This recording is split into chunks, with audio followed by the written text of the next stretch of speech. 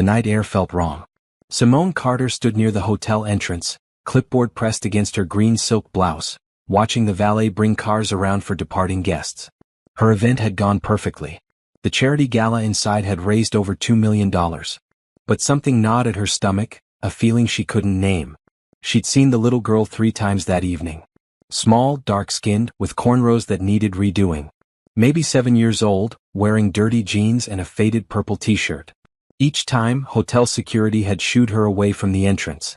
Each time she'd come back, her eyes locked on the tall white man in the navy suit who stood talking to his assistant near the gold-trimmed doors. Jonathan Blake. Billionaire. Tech mogul. The man who'd funded tonight's entire event with a single check. Simone had coordinated events for 3 years, but she'd never worked with someone like him. Cold. Distant. Efficient. He'd approved every detail through his assistant and hadn't spoken directly to Simone once. Now he was leaving, his black town car pulling up to the curb. The driver stepped out, opened the rear door. Jonathan moved toward it, still typing on his phone. The little girl burst from behind a planter box. No. Don't get in. Don't get in that car. Her voice cut through the evening noise like broken glass. She grabbed Jonathan's sleeve with both small hands, yanking hard. His phone clattered to the sidewalk. What the? Jonathan pulled back, startled. His security guard rushed forward. I heard them, the girl said, words tumbling fast. The men by the kitchen door. They were speaking Chinese. I know Chinese. My friend Wu taught me. They said the car. They said tonight. They said it would look like accident. Sir, I'll handle this. The security guard reached for the girl. Wait. Jonathan raised his hand. He stared at the child, then at his car. The driver stood by the open door, looking confused. What exactly did you hear? They said the American would be gone before midnight. They said the device was ready. They said to make sure he got in the car. The girl's eyes were wide, terrified. Please. Please don't get in. Simone's heart hammered. This was insane. But the girl's fear looked real. Too real for a child to fake. Sir, we sweep your vehicles daily, the security guard said. This is obviously some kind of... Step away from the car. Jonathan's voice went hard. Everyone step away. Now. The driver looked offended. Mr. Blake, I've been your driver for 3 years. This is ridiculous. Then you won't mind if we have the bomb squad check it. Jonathan pulled out his phone, already dialing. Everyone back. Clear the area. Sir, think about the publicity, his assistant whispered urgently. If there's nothing, then I'll apologize. Jonathan kept his eyes on the car. But I'm not getting in until someone checks it. The next 20 minutes felt like hours. Hotel guests whispered and pointed. Simone kept the little girl close, feeling the child's body shake. Police arrived first, then a bomb squad van. Officers in protective gear approached the town car with equipment Simone didn't recognize. Jonathan stood perfectly still, watching. His jaw was tight, but his hand rested gently on the little girl's shoulder. If I'm wrong, he said quietly, I'll owe you an apology. You're not wrong, the girl whispered. I heard them. I promise I heard them. The lead officer approached the car's undercarriage with a detector. He stopped, gestured to his team. They moved faster now, more urgent. Sir. The officer called to Jonathan. We need everyone further back. Now. Simone's blood went cold. She grabbed the girl's hand. They moved behind a concrete pillar with Jonathan and his team. Her legs felt weak. There's a device, the officer confirmed. Sophisticated. Someone knew what they were doing. We're calling in the disposal team. Jonathan's face drained of color. He looked down at the little girl holding Simone's hand. What's your name? Amara. Amara. He crouched to her level. You just saved my life. Do you understand that? The girl nodded, tears streaming down her face. I was scared. I didn't know if you'd listen. Nobody ever listens to me. I'm listening now. Jonathan's voice cracked. Where are your parents? We need to thank them. Amara's face crumpled. I don't have parents. I don't have anybody. Simone's chest tightened. She put her arm around the girl's thin shoulders. You've been living on the streets? Near the market. Sometimes people give me food if I help carry things. That's how I learned Chinese. And Spanish. And some French. Amara wiped her nose. I came here tonight because it looked pretty. Because the lights were so bright. I just wanted to see. Sir, we need statements from everyone. A detective approached with a notebook. Especially the child. She's a key witness. She's 7 years old and traumatized, Simone said firmly. Can this wait until morning? This is attempted murder, the detective said. We need her account while it's fresh. Then do it somewhere warm and safe, Jonathan said. Not out here. My penthouse is 10 minutes away. You can take statements there. The detective frowned. That's irregular. So is a child saving my life. Jonathan's voice left no room for argument. She's coming with me. So is. He looked at Simone properly for the first time that night.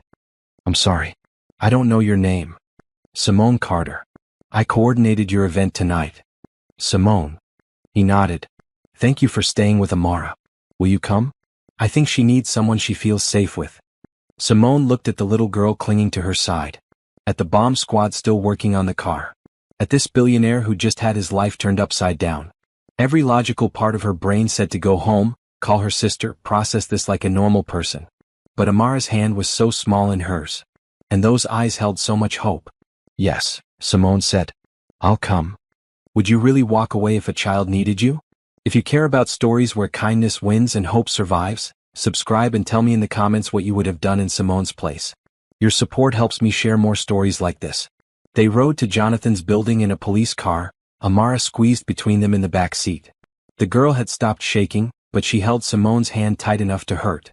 Jonathan kept his phone pressed to his ear, talking in low urgent tones to his head of security. The penthouse took up the entire 40th floor. Simone had seen luxury before, but this was different. Floor-to-ceiling windows overlooked the glittering city. The furniture looked like art. Everything gleamed. Amara's eyes went wide. Is this heaven? No. Jonathan smiled, a real smile that changed his whole face. But you're safe here. That's what matters. He led them to a living room bigger than Simone's entire apartment. Soft blue couches faced the windows. A detective and 2 officers followed them in, setting up recording equipment. Before we start, Jonathan said, this child needs food. And clean clothes. And probably a doctor. Sir, the statement. Can wait 15 minutes. Jonathan pulled out his phone again. I'm having food sent up. Simone, there's a guest room down that hall. Second door. The bathroom has everything. Get Amara cleaned up. There should be robes that work until we get proper clothes. You don't have to. Simone started. Please. His gray eyes met hers. Let me help. After what she did for me, it's the least I can offer. Simone nodded and led Amara to the guest room. It was bigger than most hotel suites. The bathroom had a tub that could fit 3 people. She ran warm water and helped Amara out of her dirty clothes. The girl's ribs showed. Bruises dotted her arms and legs. When did you last eat? Simone asked gently. Yesterday. A nice man at the bakery gave me a roll. Amara sank into the water with a sigh. Is Mr. Blake really going to help me? I think so. People say things, Amara said quietly, but they don't always mean them. Adults forget. Some adults forget. Simone grabbed shampoo, working it through Amara's tangled hair. But I think Mr. Blake is different. You saved his life, honey. That matters. I was so scared he wouldn't listen. Amara closed her eyes as Simone rinsed her hair. Nobody ever listens to street kids. We're invisible. You're not invisible anymore. After the bath, Simone wrapped Amara in a fluffy white robe and carried her back to the living room. Food had arrived. Sandwiches, fruit, soup, cookies. Amara's eyes went huge. Eat slowly, Jonathan said gently. You'll make yourself sick otherwise. Amara ate like someone who'd forgotten what full felt like. Between bites, she told the detective everything. The 2 men by the kitchen entrance. Their conversation in Chinese. The specific words about the device and timing. How she'd followed Mr. Blake, trying to find courage to warn him. You speak Chinese? The detective asked, surprised. And Spanish and some French and a little Arabic, Amara said. You learn languages when you need to eat. Different neighborhoods, different words. She's gifted, Jonathan said quietly. Clearly. The detective took notes. We'll need to check the hotel's security footage. See if we can identify these men. Whatever you need, Jonathan said. My entire security team is at your disposal. After the police left, silence filled the huge room. Amara had curled up on the couch, her eyes drooping. Simone sat beside her, unsure what to do next. I'm calling social services, Jonathan said, phone already in hand. No. Amara sat up straight, terror crossing her face. Please. They'll put me in a group home. I've been there. It's worse than the streets. Amara? Simone started. Please. The girl's voice broke. I'll leave. I won't bother you. Just don't call them. Jonathan set down his phone. He sat on the coffee table across from them, eye level with Amara. What if I offered you something different? What do you mean? Stay here. Tonight. Tomorrow we'll figure out something better. Long term. He looked at Simone. With proper supervision, of course. I wouldn't want anyone to feel unsafe. Simone's mind raced. This was crazy. You couldn't just take in a random child. There were rules, systems. But those systems had failed Amara already. I can stay in the guest room with her, Simone heard herself say. If that helps. Jonathan's expression softened. Thank you. And tomorrow we'll do this right. Lawyers, social workers who actually care. Schools, medical care. Whatever she needs. Why? Amara whispered. You don't know me. You saved my life, Jonathan said simply. And nobody should sleep on the streets. Especially not a brave, brilliant little girl who speaks 5 languages. Tears rolled down Amara's cheeks. You mean it? I never say things I don't mean. Morning light poured through the massive windows, turning the city gold below. Simone woke to find Amara already up, standing at the glass, staring down at the streets 40 floors below. You okay, sweetheart? Simone sat up, still wearing yesterday's green blouse and skirt. I used to be down there. Amara pointed. See that corner by the coffee shop? That's where I'd wait for tourists who needed directions. I could see this building. I never thought I'd be inside it. Simone joined her at the window. The height made her dizzy. Life can change fast. It can change back fast too. Amara's voice was small. I'm waiting for someone to say it was a mistake. That I have to go back. Before Simone could answer, a soft knock came at the door. Jonathan entered, dressed in a fresh blue suit, carrying shopping bags. I had my assistant pick up some things. He set the bags on the bed. Clothes for both of you. I guess sizes. If they don't fit, we'll get others. Simone opened the first bag. 3 complete outfits in her exact size. Jeans, sweaters, a red dress that looked expensive. Underwear. Socks. Everything. How did you know my size? She asked. I called the designer who made your dress last night. Asked her. Jonathan looked almost embarrassed. I hope that's not too strange. I just thought you might want fresh clothes. It's thoughtful. And it was. Surprisingly so. Amara's bags held even more. Bright-colored clothes in purples and blues and greens. Sneakers. A winter coat. Pajamas with stars on them. The girl touched each item like it might disappear. I called my lawyer at 6 this morning, Jonathan said. She's researching options for Amara's situation. We're doing this properly through legal channels. But. He looked at the little girl. I meant what I said. You're not going back to the streets. What about school? Amara asked quietly. What about it? I've never been. I can read a little. I taught myself. But I don't know math or science or any of that. Jonathan smiled. You speak 5 languages. You remembered a complex conversation in Chinese and had the courage to act on it. Trust me, you'll do fine in school. We'll find the right one. Simone watched this powerful man crouch down to talk to a scared child. This wasn't the cold businessman from last night. Something had shifted in him. Why are you really doing this? Simone asked. I need to understand. Jonathan was quiet for a moment. I had a younger sister, Lily. She was 7 when she died. Leukemia. That was 15 years ago. His voice stayed steady, but his eyes held old pain. Every charity I fund, every children's cause I support, it's for her. And when I saw Amara last night, so brave, so alone, I couldn't walk away.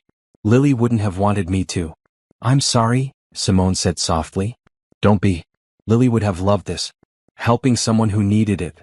He looked at Amara. Get dressed. We have appointments today. Doctors, lawyers, and then lunch somewhere Amara chooses. Anywhere. Amara's eyes went wide. Anywhere in the city. The girl thought hard. There's a place called Rosa's Kitchen. Near where I lived. She makes the best rice and beans. Sometimes she'd give me leftovers. Then that's where we'll go. Jonathan stood. Get ready. My driver will be here in an hour. A different driver, he added. And a different car. Security swept it this morning. After he left, Simone helped Amara into new clothes. Purple jeans, a bright yellow shirt, the sneakers. The girl kept looking at herself in the mirror, touching the clean fabric. Is this real? Amara whispered. It's real. What if I mess it up? What if I say something wrong or break something expensive? Simone knelt beside her. Then we'll figure it out. But you're not going to mess up by being yourself. Mr. Blake sees something special in you. So do I. Will you stay? Amara grabbed her hand. I know you have your own life. But I feel safe with you here. Simone thought about her tiny apartment across town. Her calendar full of scheduled events. Her carefully planned, quiet life. Everything in her wanted to say she couldn't stay, that this was temporary, that Amara would be fine with Jonathan's staff. But looking into those hopeful eyes, she couldn't say any of that. I'll stay as long as you need me, Simone said. I promise. The doctor's appointment revealed what Simone had suspected. Amara was malnourished, underweight, with signs of chronic stress. But otherwise healthy. Remarkably healthy, the doctor said, for a child who'd lived on the streets for 2 years. 2 years. Jonathan's face went pale. Where were you before that? With my grandmother, Amara said quietly. After my parents died. But then she got sick. She died too. Social services came, but I ran away from the group home. It was loud and mean and nobody cared if you were there or not. The doctor prescribed vitamins, a nutrition plan, and regular checkups. Jonathan wrote down everything, asking questions, taking notes like this was a business meeting. But his hand shook slightly when he wrote. At the lawyer's office, a kind woman named Patricia Torres explained the options. Emergency foster care. Long-term foster placement. Possible adoption, though that process took time. What do you want, Amara? Patricia asked gently. This is about you. Amara looked at Jonathan, then at Simone. I want to stay with them. Both of them. Is that allowed? Patricia glanced at Simone. Are you family? A partner? No, I'm. Simone hesitated. I met Mr. Blake last night. I coordinated an event he funded. So you barely know each other. Patricia frowned. The courts won't approve placement in that situation. They need stable, established homes. Background checks. Home studies. Then start the process, Jonathan said firmly. Whatever you need. I'll open my entire life for inspection. Financial records, medical history, character references. I have a guest suite Amara can use. I'll hire tutors, therapists, whatever she needs. And you? Patricia looked at Simone. Simone felt Amara's hand slip into hers. I want to help. However I can. Could you stay on as a guardian? Someone who provides stability while Mr. Blake works through the approval process. Patricia pulled out forms. It's not ideal, but having a female presence would help the case. Someone Amara has bonded with. Simone looked at the little girl beside her. At Jonathan, who was offering everything to help a child he just met. At her phone, where texts from her boss asked where she was. She thought about her quiet apartment. Her careful life. Her fear of getting too involved, too attached, too hurt. Then she thought about Amara sleeping on streets, hungry and alone. About the courage it took to warn a stranger. About second chances and answered prayers. Yes, Simone said. I'll stay.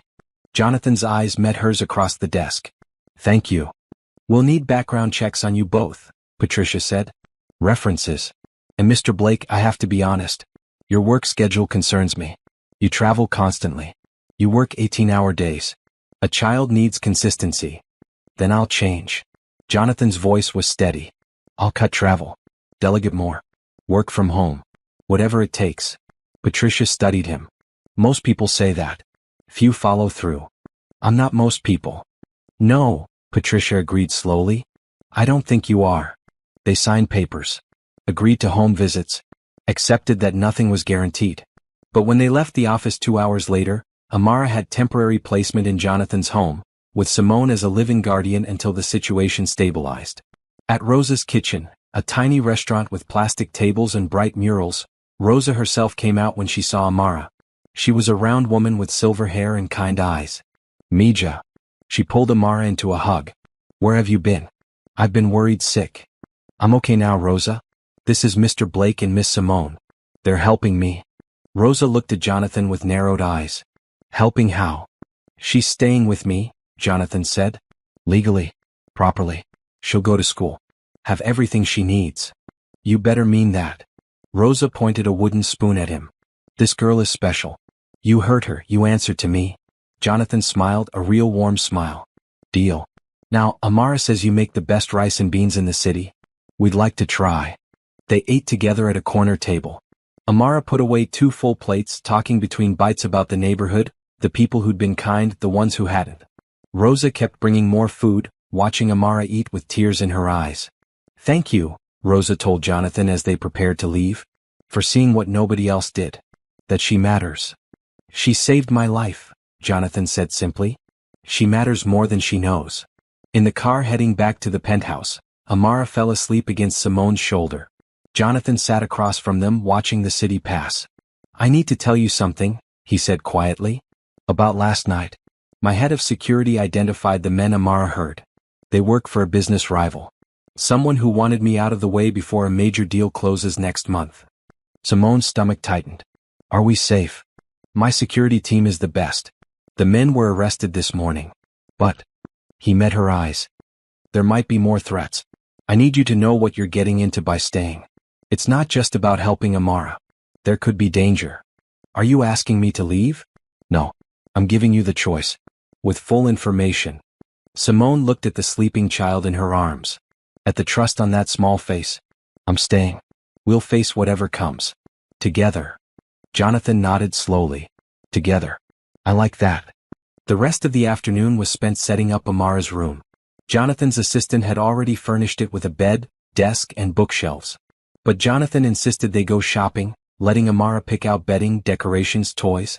The girl chose purple sheets with stars, posters of cats and rainbows, and a stuffed elephant she clutched tight. "I never had my own room," Amara said, standing in the doorway looking at everything. "I never had my own anything." "You do now," Jonathan said. "This is yours. For as long as you need it." That evening, after Amara had bathed and changed into her new star pajamas, Simone read her a story. 3 stories actually, because Amara kept asking for more. Finally the girl's eyes drooped closed. "Miss Simone?" Amara mumbled, half asleep. "Yes, honey? Is this what families feel like? Safe and warm and full?" Simone's throat tightened. "Yes, this is what families feel like." "Good. Because I think I want to be in this family. With you and Mr. Blake." After Amara was fully asleep, Simone found Jonathan in the kitchen making tea. He'd changed into jeans and a simple green shirt. Without the suit he looked younger, more approachable. "Thank you," he said, "for everything you did today. For staying. I'm not sure I had a choice." Simone accepted the teacup he offered. "That little girl grabbed my heart and won't let go. I know the feeling." Jonathan leaned against the counter. "I woke up this morning thinking about business meetings and conference calls. Now all I can think about is school enrollment and whether Amara likes pancakes or waffles for breakfast. It's a lot of change. For all of us. Good change though." He studied her over his tea. "I need to apologize. For last night. I didn't even acknowledge the work you did on the gala. Didn't thank you. I was focused on leaving on the next thing. I do that. I miss what's right in front of me. You're paying attention now. Amara taught me that. In one terrifying moment." He set down his cup. "Listen about you staying here. I want you to be comfortable. The guest suite is yours, completely private. I'll arrange for your things to be brought over. And I'd like to pay you a salary. You're putting your life on hold to help. I don't need. Please." His gray eyes held hers. "Let me do this properly. You're not just babysitting. You're giving Amara stability. Giving me a chance to figure out how to be what she needs. That's worth compensation." Simone thought about her rent, her car payment, her student loans. About the freedom that financial stability would bring. "Okay. Thank you. Thank you. For taking a chance on us." Jonathan smiled. "Both of us. We're pretty new at this family thing." "So am I." Simone smiled back. "I guess we'll figure it out together." That night, Simone lay in the guest suite's enormous bed, listening to the city sounds through the windows. Her phone buzzed with messages from her sister Tasha, demanding to know where she was and why she wasn't answering calls. She texted back the short version. "Saved a billionaire's life. Helping a child. Staying at his place. Call you tomorrow." Tasha's response was immediate. "What? Call me now." But Simone was too tired. She'd explain tomorrow. Right now, she just wanted to sleep, knowing Amara was safe down the hall. Knowing they'd all taken the first step toward something neither of them understood yet. Something that felt like hope. Simone woke to the smell of pancakes.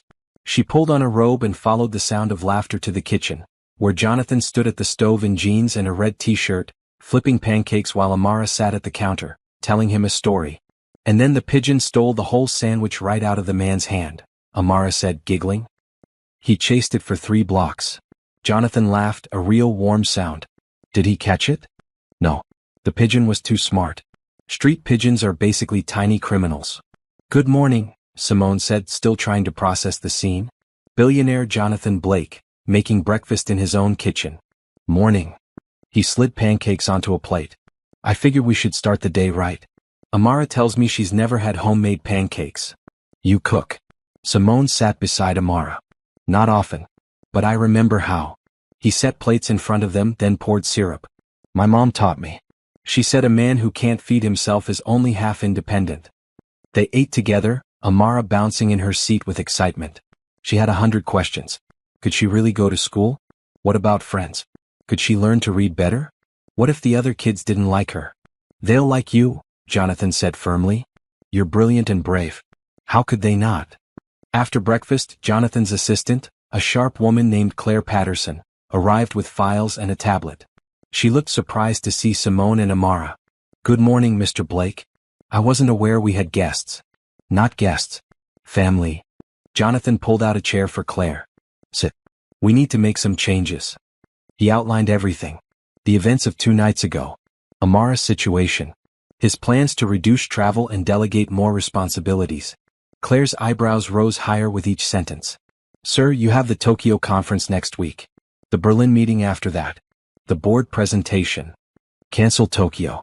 Video conference Berlin. Move the board presentation. Jonathan's voice was calm but final. I need to be here. Things have changed. Sir. Claire looked at Amara, then back to Jonathan. This is highly unusual. Good. I've been too usual for too long. He smiled. Claire, meet Amara. She's going to be living here. Simone is helping me figure out how to not mess this up. I'll need you to adjust my calendar accordingly. Claire studied them all. Then slowly she smiled. About time you had some life outside the office, sir. I'll make the adjustments. Thank you. Also, I need recommendations for schools. Private, excellent, good with kids who need extra support. And I want to hire tutors. Multiple subjects. Starting this week. I'll have a list by this afternoon. After Claire left, Simone's phone rang. Her sister Tasha for the 5th time that morning. She answered reluctantly. Simone Marie Carter, you better start explaining. Tasha, I'm fine. I promise. Fine? You're living with a billionaire you just met, taking care of some random kid? Have you lost your mind? Simone moved to the living room, away from Amara's hearing. It's not like that. Amara needed help. She saved his life. We couldn't just walk away. There's no we. You don't even know this man. I'm getting to know him. Tasha, you should see this little girl. She's been alone for 2 years. She speaks 5 languages. She's brilliant and scared and needs someone. So call social services. They failed her once already. She ran away from a group home. Was living on the streets. Simone's voice broke. I can't let her go back to that. I just can't. Tasha was quiet for a moment. You're serious about this? Yes. And this Blake guy? He's really helping? This isn't some weird situation? He's helping. Honestly, Tasha, I think Amara saved him as much as he's saving her. He lost his little sister years ago.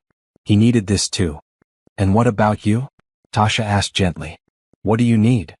Simone looked back toward the kitchen, where Jonathan was showing Amara something on his tablet, both of them laughing. I don't know yet. But I think I'm where I'm supposed to be. Okay. But I'm coming to visit. So, I need to see this set up for myself. Deal. That afternoon, a parade of tutors arrived for interviews. Jonathan had Claire schedule 5 candidates, each specializing in different subjects. Amara watched nervously as they came and went. The first tutor was too formal, talking at Amara instead of to her. The second seemed nice but couldn't explain things simply. The third made Amara's eyes light up. Her name was Beth Harrison, a retired teacher with gray curls and a warm smile. So you taught yourself to read? Beth asked Amara. From signs. And newspapers people threw away. And menus outside restaurants. That's remarkable. Do you know what that tells me? Beth leaned forward. That you're smart and determined. Those are the only 2 things you need to learn anything. The rest is just time and practice. Amara grinned. Really? Really? Want to try something? I'll show you a trick for remembering math. They spent 20 minutes working through simple addition using a method Beth demonstrated with coins. Amara caught on fast, her face glowing with pride when she got answers right. She's the one, Jonathan said after Beth left. If she's available. I'll call her tonight, Claire promised. 2 more tutors specialized in language arts and science. Both got Amara's approval. By evening, they'd lined up a teaching schedule. Mornings for formal lessons until they found the right school, afternoons for play and exploration. I'm really going to learn, Amara said at dinner, which Rosa had delivered as a thank you. Real school stuff. You're going to learn amazing things, Simone said. And you'll teach us too. I don't speak 5 languages. 4.5, Amara corrected. My Arabic is pretty bad. Jonathan laughed. Better than mine. I only speak English and business. Business isn't a language, Amara said seriously. You'd be surprised. After dinner, Jonathan's head of security, Tom Fletcher, arrived for an update. He was a tall black man with close-cropped hair and sharp eyes. He looked at Amara with respect. You've got good instincts, kid. Those guys we arrested are talking. Apparently there's a whole network trying to sabotage Mr. Blake's deal. Network. Simone felt cold. How many people? We're not sure yet. But we're monitoring everything. No one gets near this building without clearance. Mr. Blake's transportation is now handled by a rotating team. We've increased security on all his properties. Is Amara in danger? Jonathan asked bluntly. Possibly. If someone wanted leverage against you, she'd be a target. So would Miss Carter. Tom looked apologetic. I'm not trying to scare you. Just being honest. You need to know what we're protecting against. What do we do? Simone asked. Stay alert. Don't post about this on social media. Keep details of your schedule private. If anything feels off, call me immediately. Tom handed business cards to both of them. I'm available 24/7. After Tom left, Amara was quiet. Jonathan noticed. Hey. He sat beside her on the couch. You okay? Are you sorry? Amara asked softly. That I warned you? Now there's all this trouble. No. Jonathan took her small hand in his. I'm grateful. Whatever trouble comes, we'll handle it. Together. You saved my life, Amara. That's worth everything. But what if something bad happens to you? Or to Miss Simone? Because of me? Nothing bad is going to happen, Simone said firmly. We have good security. Good people watching out for us. And we have each other. Promise? Promise, Jonathan and Simone said together. That night, after Amara finally fell asleep, Simone found Jonathan standing at the living room windows, staring at the city lights. Couldn't sleep? She asked. Thinking. He turned to face her. About what Tom said. About the danger. I meant what I told Amara. I'm grateful she warned me.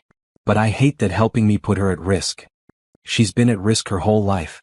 At least now she has walls and locks and people who care.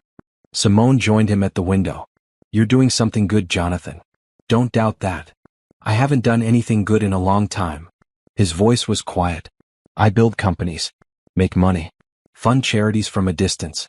But actually helping someone, being present? I forgot how. You're remembering fast. He smiled slightly. Because of you. You make it look easy. The way you are with Amara. Patient. Warm. Present. I watch you and think that's what she needs. That's what I need to learn. You're doing fine. This morning, making pancakes, telling jokes. That was perfect. My mom would be happy. She always said I worked too much. That I'd wake up one day and realize I'd missed my life. He met Simone's eyes. I think that day was 2 nights ago. They stood there in comfortable silence, watching the city. Simone felt something shift between them. Not romance, not yet. But connection. Understanding. The start of something neither of them had words for. Thank you, Jonathan said finally. For not running when this got complicated. For staying. For caring about a little girl you just met. Thank you for opening your home. Your life. For showing Amara that good people exist. Simone smiled. We're all figuring this out together. Together. Jonathan repeated. I'm starting to really like that word. Over the next few days they fell into a rhythm. Mornings were for lessons with Beth and the other tutors. Amara absorbed information like a sponge, asking endless questions, making connections between subjects that impressed even Beth. She's testing at a 3rd grade level already, Beth told them after a week. In another month she'll be caught up to her age group. Maybe ahead. Afternoons they explored the city. Jonathan showed them his favorite bookstore, a 3-story building full of rare editions and cozy reading nooks. Amara got her own library card and checked out 6 books. At the Science Museum, she stood transfixed in front of the space exhibit, asking Jonathan if people really lived in the space station. They do, he confirmed. Could I do that? When I'm older. If you want to. You could do anything. Simone watched them together and felt her heart grow. Jonathan was changing before her eyes. The cold businessman was gone, replaced by someone warmer, more open. He laughed more. Worked less. Actually looked at people when they talked. He's different, Claire mentioned one afternoon when she stopped by with papers for Jonathan to sign. I've worked for him for 8 years. I've never seen him like this. Like what? Simone asked. Happy. That evening, Jonathan's mother called. He talked to her for an hour, mostly about Amara. Simone heard him explaining the situation, defending his choices, his voice patient but firm. I know it's fast, Mom. I know it's complicated. But some things you just know. Pause. Yes, I'm sure. Come visit. Meet her yourself. You'll understand. He hung up and found Simone reading to Amara in the girls' room. My mom wants to meet you both. This weekend. Is that okay? Your mom? Amara looked nervous. Her name is Helen. She's kind and funny and makes the best chocolate chip cookies in the world. She'll love you. What if she doesn't? She will.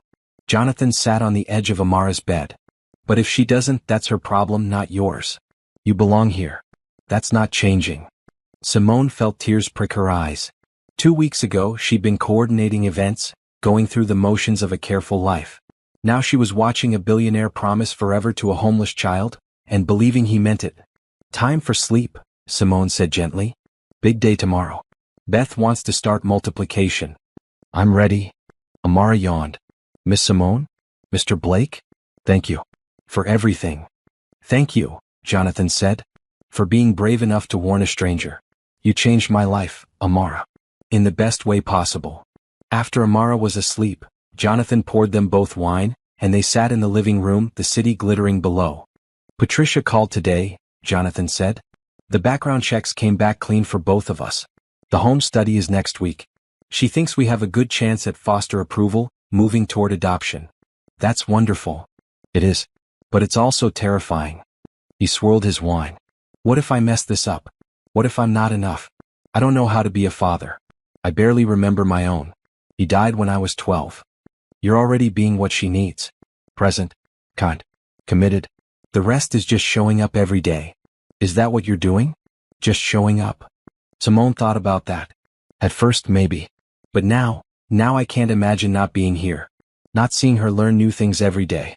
Not hearing her laugh. She's become part of me. Me too. Jonathan set down his glass. I need to tell you something. About the business situation. The deal I'm working on. Okay. It's huge. Worth billions. It'll change my company, set us up for decades. But it's also what triggered the attack. Competitors who don't want me to succeed. Why are you telling me this? Because you're part of this now. You're here helping with Amara making this work. I need you to understand what's at stake. The deal closes in 3 weeks. Until then, we stay vigilant. After, things should calm down. Should. Business is never certain. But Tom's team is good. We'll be safe. Simone nodded, trying not to let fear show. We'll be careful. Thank you. For trusting me with this. He met her eyes. I know we barely know each other. This whole situation is strange and fast. But I want you to know I see what you're doing. The sacrifices you're making. I won't forget that. I'm not sacrificing anything. I'm gaining something. So is Amara. So are you. Maybe we're all saving each other, Jonathan said softly. That weekend Helen Blake arrived. She was in her 60s, with silver hair and Jonathan's gray eyes. She swept into the penthouse with shopping bags and an enormous smile. Where is she? Where's the little girl who saved my son? Amara peeked around Simone's legs, shy. Helen crouched down, making herself small. Hello, sweetheart. I'm Helen. I'm so very glad to meet you. You're Mr. Blake's mom? Amara asked. I am. Which means you're very special to me already. Anyone who keeps my boy safe is family. Helen opened one shopping bag. I brought you something. I hope you like purple. Inside was a stuffed unicorn, purple with a silver horn. Amara's eyes went wide. It's beautiful. My daughter Lily loved unicorns. Jonathan told me about you and I thought maybe you'd like one too. Amara hugged the unicorn tight. Thank you. Over lunch, Helen asked gentle questions. Where Amara had lived, what she liked to learn, what made her happy. She listened to every answer with full attention, nodding and smiling. Then she turned to Simone. And you? Jonathan tells me you're the miracle worker holding this all together. Simone laughed. I don't know about miracle worker. I do. Taking on a child you just met, supporting my son through this transition, giving up your own life to help. That's extraordinary. I'm not giving up anything. I'm gaining a beautiful girl and new friends. Friends. Helen glanced at Jonathan with a knowing look. Yes, friends. That night, Helen helped put Amara to bed, singing an old lullaby that made the girl's eyes droop. In the living room afterward, she poured herself wine and studied her son. You're happy. I am. Really happy. Not just content or satisfied. Happy. Jonathan smiled. Is that so strange? For you? Yes. You've been going through motions for years, Jonathan. Since Lily died. Building your empire, checking boxes, never slowing down. Helen's voice was gentle. I was worried about you. Now I'm not. Amara changed everything. Not just Amara. Helen looked toward where Simone was cleaning up the kitchen. That young woman is special too. Mom? I'm just saying. The way you look at her. The way she looks at you. There's something there. We barely know each other. You know enough to build a life together around a child who needs you both. That's more than most couples learn in years. Helen patted his hand. I'm not pushing. Just observing. And approving. It's complicated. The best things usually are. Monday morning brought the home study. Patricia Torres arrived with a social worker named Angela Monroe, a middle-aged black woman with kind eyes and a no-nonsense attitude. I'll be evaluating the home environment, Angela explained. The safety, the appropriateness, and the care being provided to Amara. I'll observe interactions, ask questions, and inspect the living spaces. Try to act naturally. Naturally was easier said than done. Jonathan kept adjusting furniture. Simone overthought every word. Only Amara seemed relaxed, showing Angela her room with pride. Mr. Blake got me these books. And this desk for studying. And see? I have my own bathroom.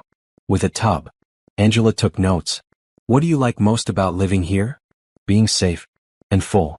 And having people who listen when I talk. Amara held her purple unicorn. Mrs. Helen gave me this. She said I'm family now. How does that feel? Being part of a family? Scary sometimes. Good mostly. Amara looked at Simone then Jonathan. I keep thinking I'll wake up and it'll be gone. But they keep saying I won't. That I'm staying. Do you believe them? I'm starting to.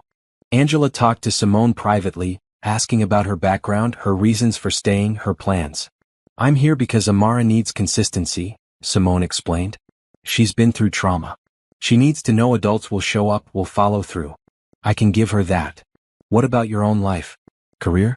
Relationships? I'm coordinating events from here. My boss is understanding. As for relationships. Simone hesitated. I don't have anyone waiting. This is where I choose to be. And your feelings toward Mr. Blake? Simone felt her face heat. We're partners in caring for Amara. We're becoming friends. That's all. Angela's expression said she didn't quite believe that, but she moved on. With Jonathan, Angela was more direct. Why are you doing this? Really? You're a billionaire.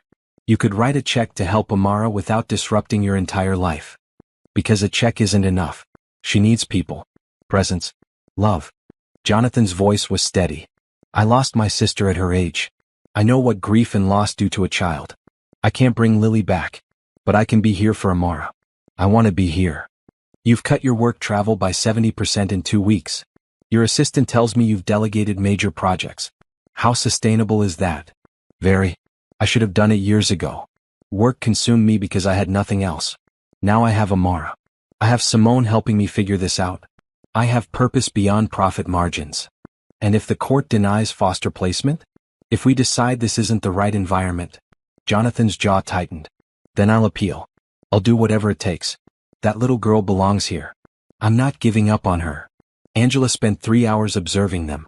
She watched Jonathan help Amara with math homework, patient when she struggled, celebrating when she succeeded. She saw Simone braid Amara's hair, the two of them talking softly about the book they were reading together.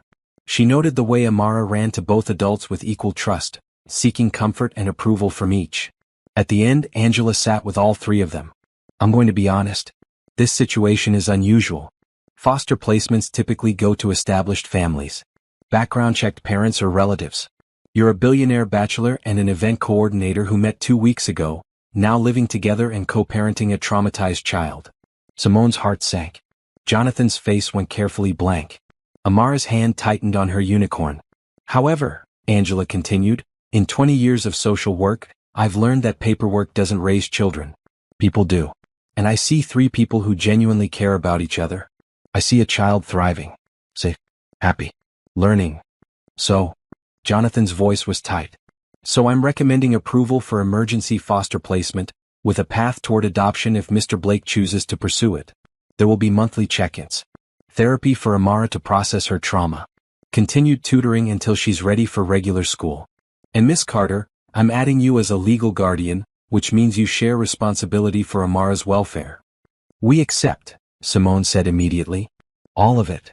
Amara burst into tears. I can stay? Really stay? Really stay, Angela confirmed. You're home, sweetheart. Jonathan excused himself. Simone found him in his bedroom minutes later, sitting on the edge of his bed, face in his hands. Jonathan. I was so scared she'd say no. His voice shook. I was ready to fight, to appeal, to spend whatever it took. But I was terrified. Simone sat beside him. But she said yes. She did. Amara gets to stay. She's mine. Ours. He looked at Simone and his eyes were wet. Thank you. For being part of this. For making it possible. You made it possible. You opened your home and your heart. That's what convinced Angela.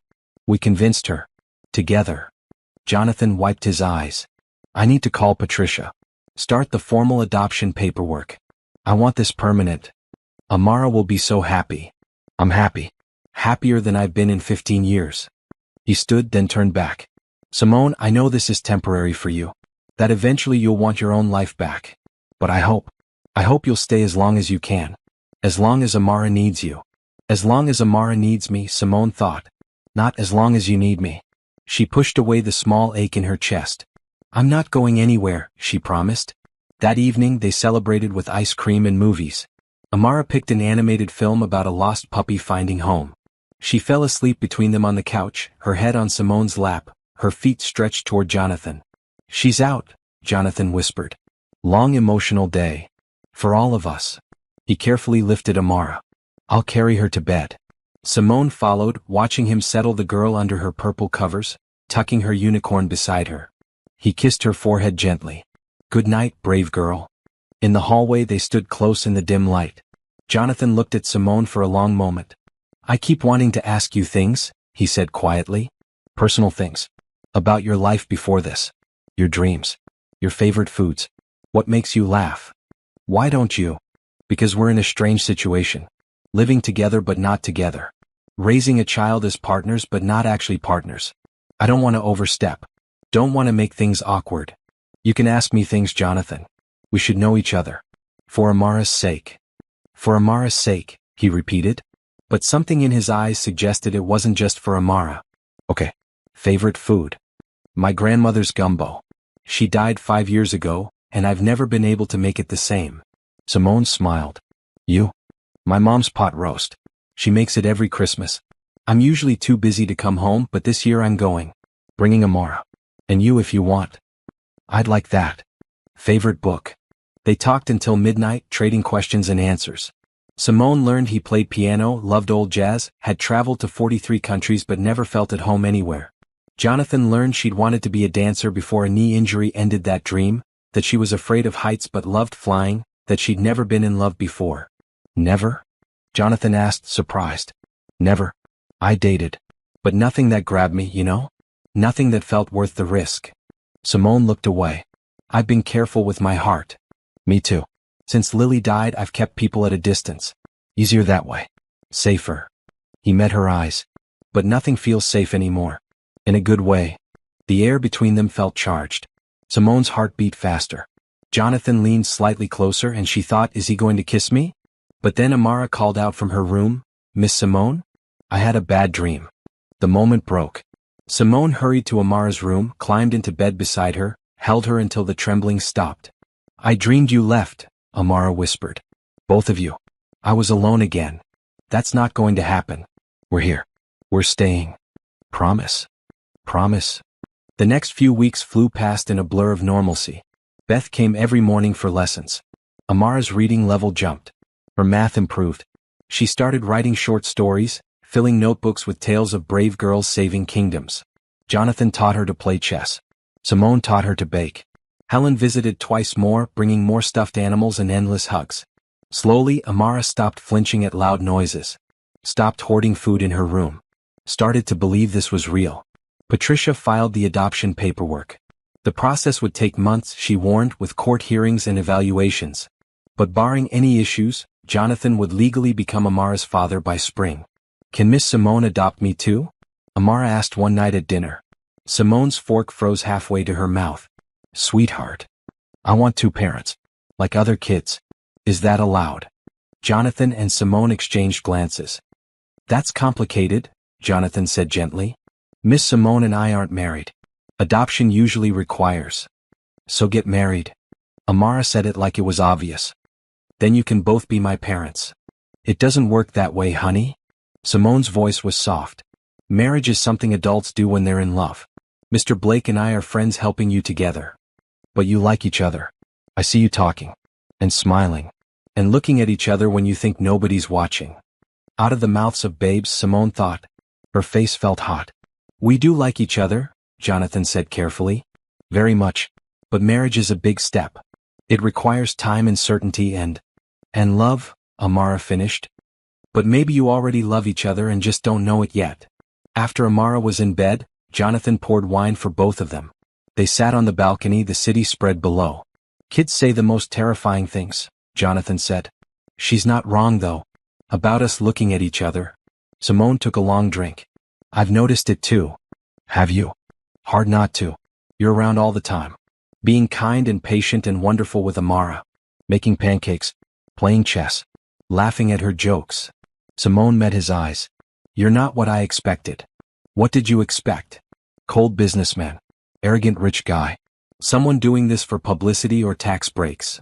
And now I see someone who's found his purpose. Who's becoming the person he was always meant to be. It's beautiful to watch." Jonathan was quiet for a moment. "You're the reason I can do this. You make it look easy, being present, being warm. I learn from watching you. We're learning together." "Simone." He set down his glass. "I need to be honest. Amara's not wrong. I do look at you. I do think about you. More than I should, probably. More than is simple or easy." Simone's heart raced. "Jonathan, I'm not asking for anything. I know this situation is complicated. Amara has to come first. Always. But I wanted you to know that you matter to me. Beyond just helping with Amara. You matter. You matter to me too." Simone's voice was barely a whisper. "I didn't expect this. Any of it. But I'm glad I'm here."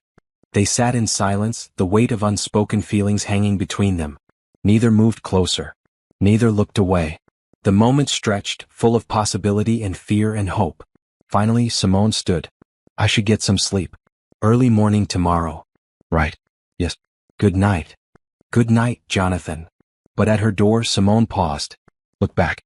Jonathan still sat on the balcony, staring at the city, his profile outlined in light.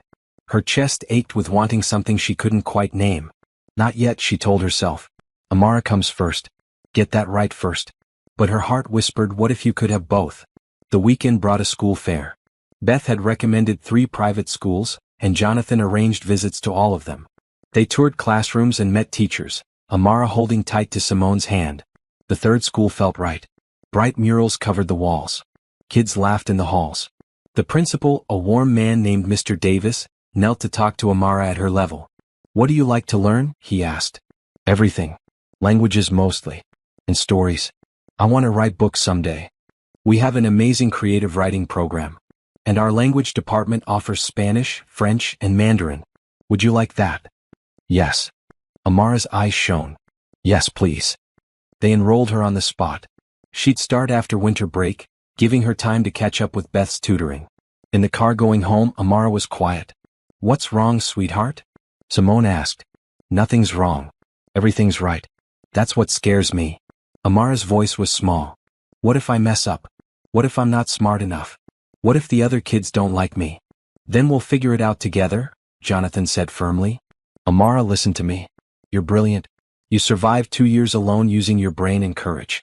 School will be easy compared to that. But what if I'm different? What if they can tell I used to be homeless? Then they'll see how strong you are. Simone squeezed her hand. Anyone who matters will see what we see. Someone brave and kind and special. That night, Simone found Jonathan in his office, staring at his computer but not really working. You okay? She asked, thinking about what Amara said. About being different. About people knowing where she came from. He rubbed his eyes. I want to protect her from that. From judgment. But I can't. No, you can't. But you can give her confidence to face it. You already are. I'm terrified of messing this up.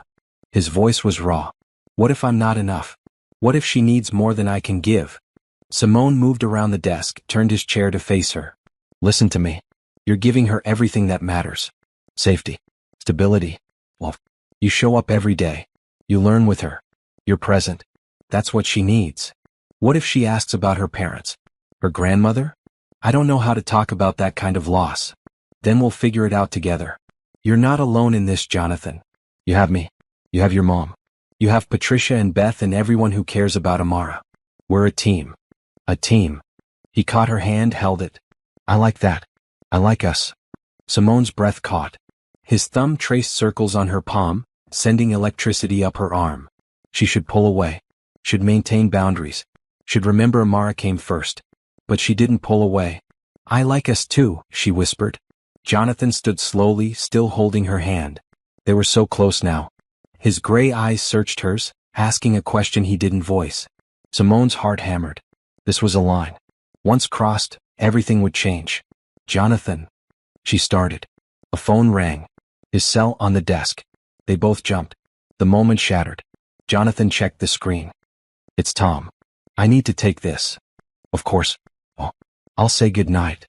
Simone fled to her room, heart racing. She pressed her back against the door, breathing hard. What had almost happened? What did she want to happen? Everything, a voice in her head whispered. You want everything with him. But was that fair to Amara? To complicate things further? To risk the stability they'd built if things didn't work out? Simone didn't have answers. Only questions. And feelings growing stronger every day, impossible to ignore. Jonathan sat across from Tom Fletcher in his office, the city lights glowing behind him. Tom's expression was serious. We have a problem. The business rival Richard Chin posted bail. He's out. Jonathan's stomach dropped. I thought the evidence was solid. It is. But his lawyers are good and he has resources. The trial won't happen for months. Tom pulled up something on his tablet. We're monitoring him, but I need you all to be extra careful. No predictable routines. Vary your schedule. Keep security close. What about Amara? She starts school in 3 weeks. We'll have someone watching the school. Discreet but present. And I want to install upgraded security here. More cameras, better locks. A panic room if needed. A panic room? Jonathan's voice rose. Tom, that'll terrify her. She's 7. She's just starting to feel safe. I understand. But your safety comes first. All 3 of you. After Tom left, Jonathan sat in the dark office, fear coiling in his gut. He'd brought danger into their lives.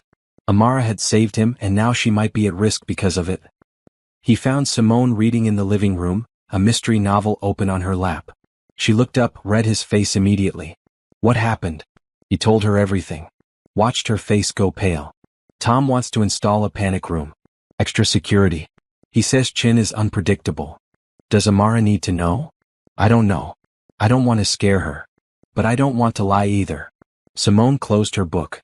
We tell her the truth in an age-appropriate way. That there might be people who are upset with you about business. That we're being extra careful. But that she's safe. That we'll protect her. What if I can't? What if something happens and I fail her? Then we'll face it together. But Jonathan, you can't live in fear. Neither can Amara. We take precautions, we stay alert, but we also live our lives. He sat beside her, suddenly exhausted. When did you get so wise? I've been scared before. Different reasons, but the fear is the same. You don't beat it by hiding. You beat it by showing up anyway. Jonathan looked at her, really looked at her. In 3 weeks she'd become essential. Not just to Amara but to him. Her steadiness. Her warmth. The way she saw problems clearly and found solutions. The way she made everything feel possible. I don't know what I'd do without you, he said quietly. Good thing you won't have to find out. Their eyes held. The moment from earlier returned, that pull between them. This time Jonathan didn't fight it. He leaned closer. Simone. Mr. Blake? Miss Simone. Amara's voice called from her room. Can someone help me? I can't find my purple unicorn. Simone smiled ruefully. We have the worst timing. Or the best. Depending on perspective. Jonathan stood, offered his hand. Come on. Unicorn rescue mission. They found the stuffed animal under Amara's bed. She clutched it tight, already half asleep again. Love you both, she mumbled. Simone's breath caught. Jonathan's heart clenched. It was the first time Amara had said the words. Love you too, sweetheart, Simone whispered, kissing her forehead. Love you, Amara, Jonathan added. Always. In the hallway they stood close in the dim light again. The third time tonight they'd almost. We keep getting interrupted, Jonathan said. Maybe the universe is telling us something. Or maybe the universe needs better timing. He touched her face gently. Simone, I meant what I said earlier. You matter to me. A lot. But I don't want to rush this. Don't want to mess it up. Amara needs stability. I know. Simone leaned into his touch. But Jonathan, I'm starting to think maybe we could give Amara everything she needs and figure out what's happening between us. Maybe it doesn't have to be either/or. You think so? I think we're building something here. The three of us. And I think pretending we're just friends helping a child is going to get harder every day. So what do? We be honest. With each other and with Amara. We take it slow. We put her first. But we also don't pretend we don't feel what we feel. Jonathan smiled. When did you figure all this out? About 5 minutes ago. I'm making it up as I go. He laughed softly. Then carefully, slowly, he leaned down and kissed her forehead. Just that. Gentle and sweet and full of promise. Good night, Simone. Good night, Jonathan. The next morning, Tom's security team arrived to install the upgraded systems. They worked efficiently, keeping disruption minimal. But Amara noticed. Why are all these people here? She asked at breakfast. Jonathan and Simone exchanged glances. Truth time. Remember how I told you some people weren't happy about business I'm doing? Jonathan said carefully. Well, we're being extra careful. Making sure everyone stays safe. That's why Tom's team is here. Are we in danger? Amara's eyes went wide. No. We're being smart. That's different. Simone took her hand. Think of it like wearing a seatbelt. You wear one in the car not because you think you'll crash, but because it's safe and smart. That's what this is. Will I have to stay inside? Not go to school? No, honey. You'll go to school and do everything normal. But there might be someone watching from far away just to make sure everyone's okay. Like a guardian angel you can't see. Amara thought about this. Okay. I can be brave if I need to. You're always brave, Jonathan said. That's why I know we'll all be fine. Later, while Amara did lessons with Beth, Simone's sister Tasha finally came to visit. She hugged Simone tight, then looked around the massive penthouse with wide eyes. Girl, you've been holding out on me. This place is incredible. I know. It's surreal.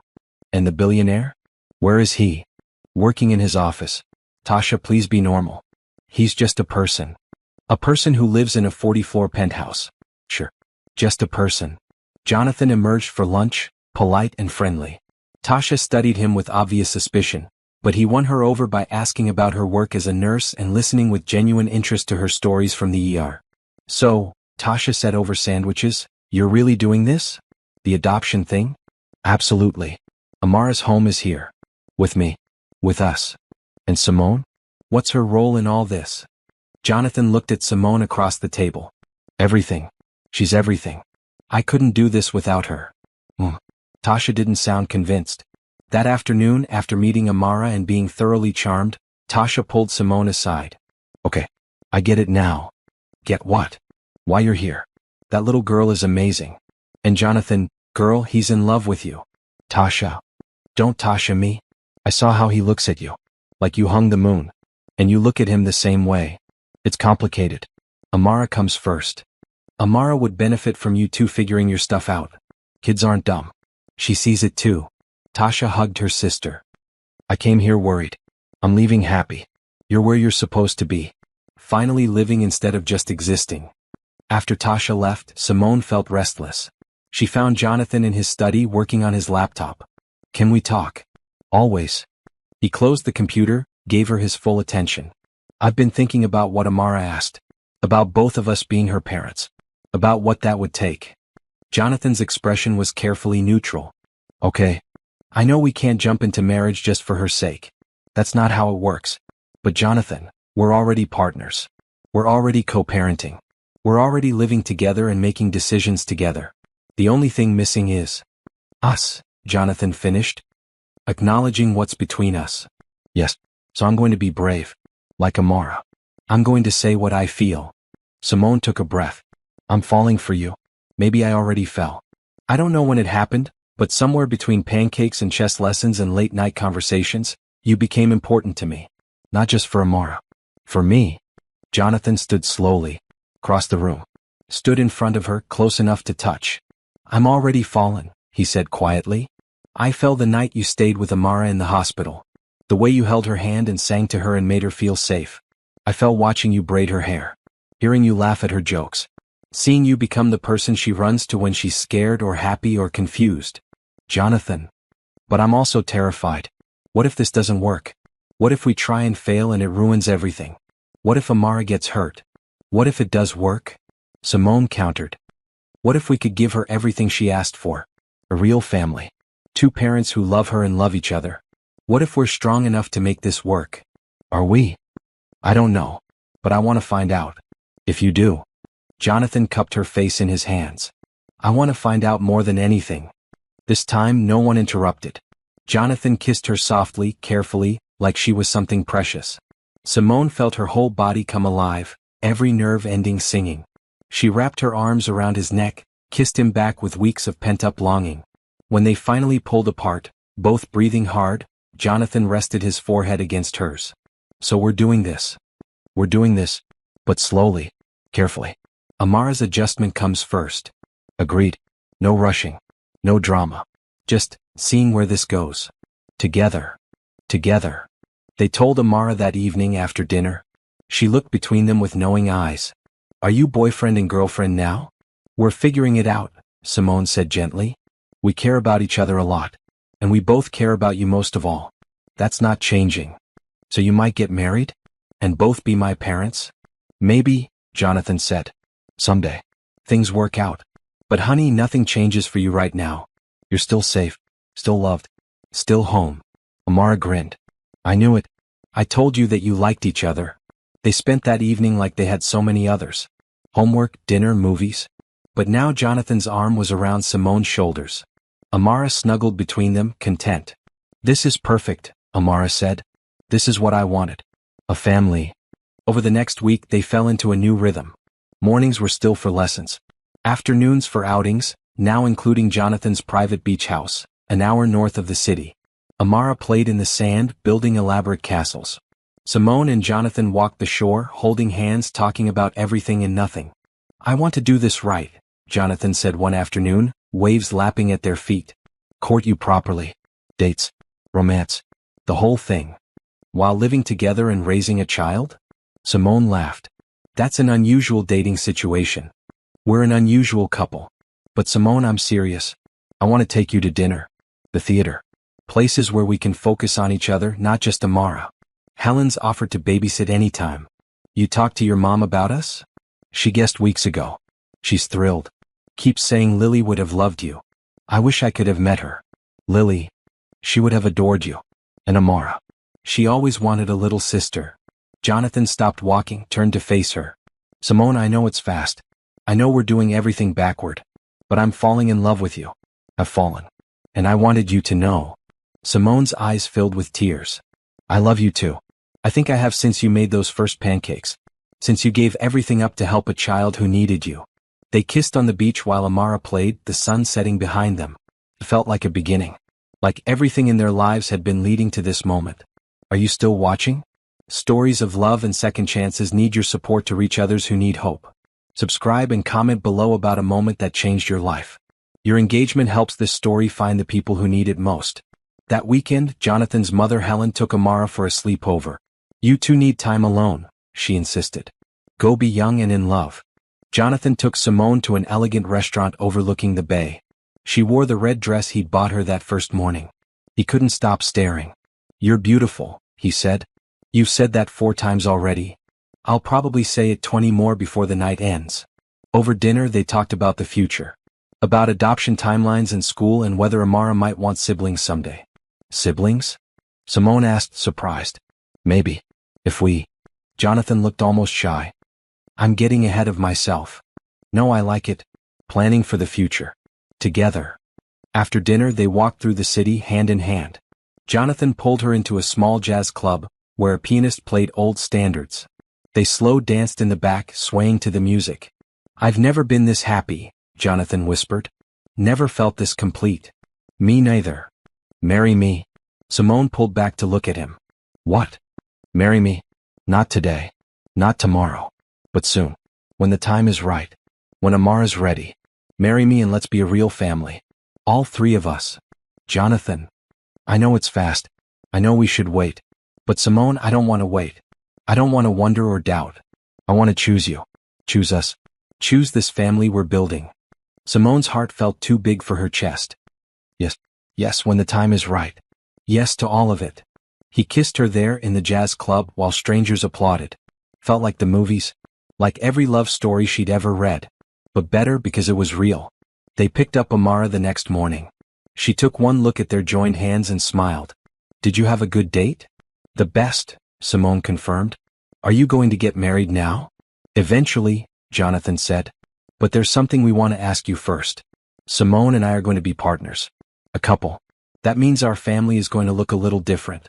Is that okay with you? It's perfect, Amara said simply. I prayed for this. Every night on the streets I prayed for a family. For people who'd love me. And then I found you. Both of you. This is my answered prayer. Simone started crying.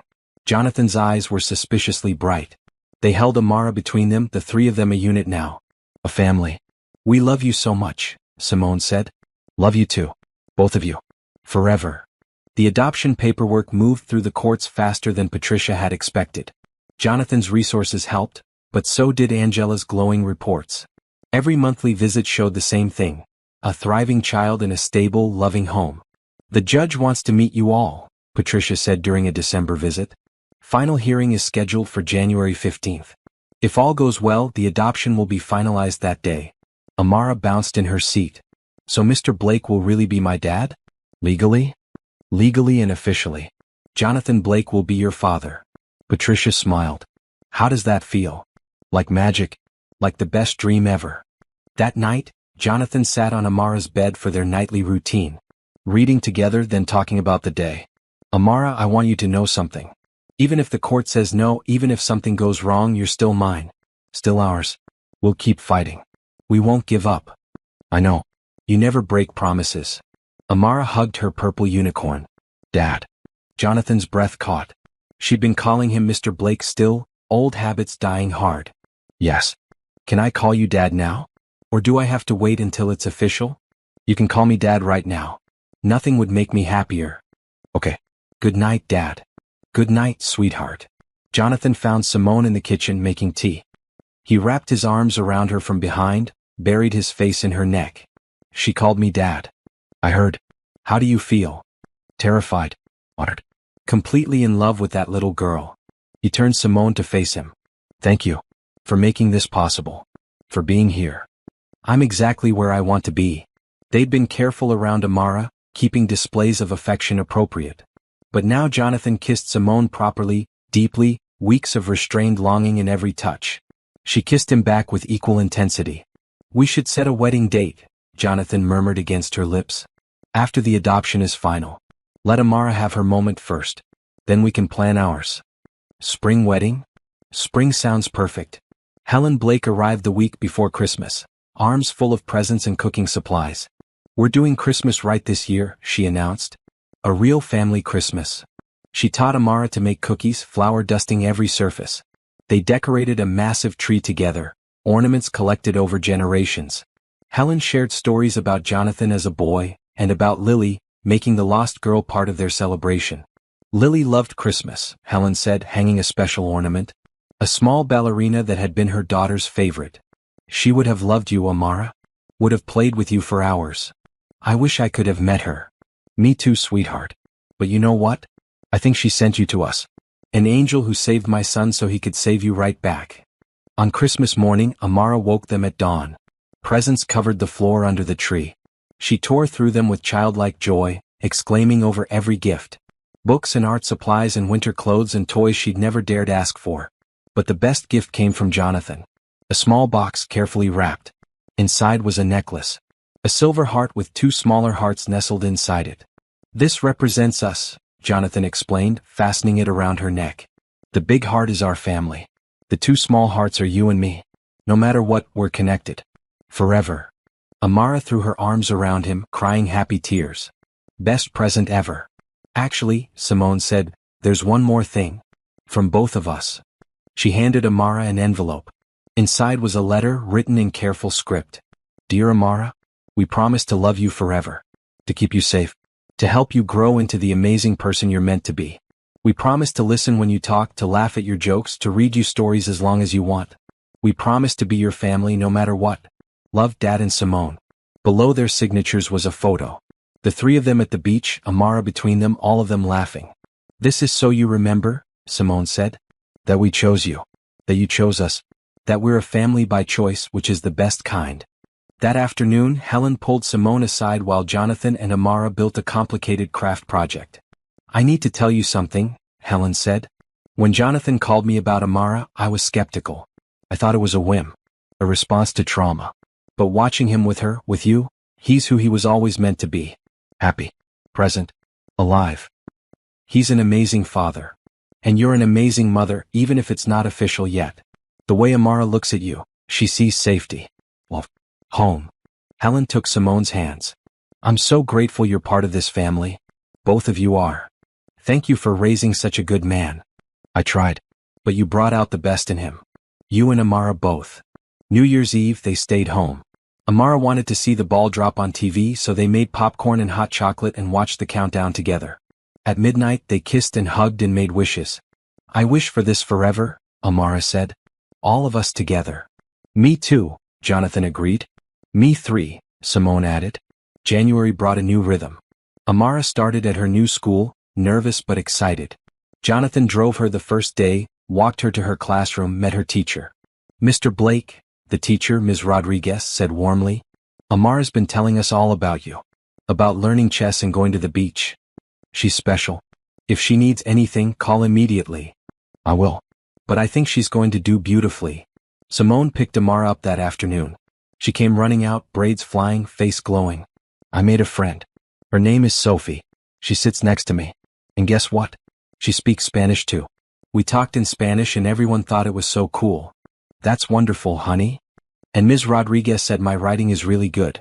She wants me to enter a contest. Amara bounced in her seat. "I love school. I really love it."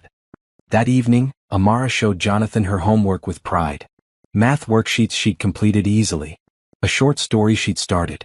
A drawing of their family, 3 stick figures holding hands under a sun. "That's us," Amara explained. "Our family. It's perfect. Can we hang it on the fridge?" "Really? You want to?" "Amara, I want to hang every picture you make. Fill this entire penthouse with your art. You're ours. We're proud of everything you do." The final court hearing arrived on a bright January morning. They dressed carefully. Amara wore a purple dress Helen had bought specially. Simone wore her favorite blue suit. Jonathan wore navy, but added a bright green tie at Amara's request. "For luck," she said. In the courthouse they waited with Patricia. Angela arrived, smiling warmly at them. Other families filled the room, all waiting for their own hearings. "Are you nervous?" Simone asked Amara. "A little. What if the judge says no?" "Then we appeal," Jonathan said firmly. "But honey, that's not going to happen. This is just a formality. You're already mine. This just makes it official." Their names were called. They entered the courtroom, a surprisingly warm space with wooden benches and large windows. The judge, a black woman in her 50s with kind eyes, smiled at them. Case number 47892, petition for adoption. Jonathan Michael Blake seeks to adopt Amara Nicole Williams. Patricia presented their case. Angela testified about the home visits and Amara's progress. The judge asked Jonathan questions about his commitment, his understanding of the responsibilities, his long-term plans. "Mr. Blake, why do you want to adopt Amara?" "Because she's my daughter. Has been since the moment she saved my life. She taught me what matters. Well, Family. Being present. I want to be her father legally because I already am in every way that counts. And you understand this is permanent? That you'll be responsible for her welfare until she's an adult. Yes, Your Honor. Longer if she'll let me. Forever. The judge turned to Amara. Amara, do you want Mr. Blake to be your father? Yes, Your Honor. More than anything. Why? Because he loves me. He shows up every day. He helps with homework and makes pancakes and lets me win at chess sometimes. Amara smiled through tears. He makes me feel safe, like I belong somewhere, like I matter. You do matter, sweetheart. Very much. The judge reviewed the paperwork one more time. Then she smiled. Based on the evidence presented, the glowing testimonials, and the clear bond between you all, I'm granting the petition. Jonathan Michael Blake, you are now the legal father of Amara Nicole Blake. Congratulations. Amara burst into tears. Jonathan scooped her up, holding her tight while she sobbed into his shoulder. Simone wrapped her arms around both of them, crying too. You're mine now, Jonathan whispered. Officially. Forever. Amara Blake. I have a family, Amara said between sobs. A real family. Outside the courthouse, Helen waited with balloons and a camera. She hugged them all, crying openly. My granddaughter, she said, kissing Amara's forehead.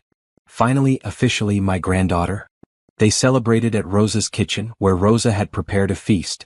When she heard the news, she cried too, hugging Amara tight. I'm so proud of you, Mija. Look how far you've come. That night, tucking Amara into bed, Jonathan presented her with new school notebooks. Look at the label, he said. Amara Nicole Blake. Her new legal name, printed clearly. That's me. That's really me now. That's really you. Forever.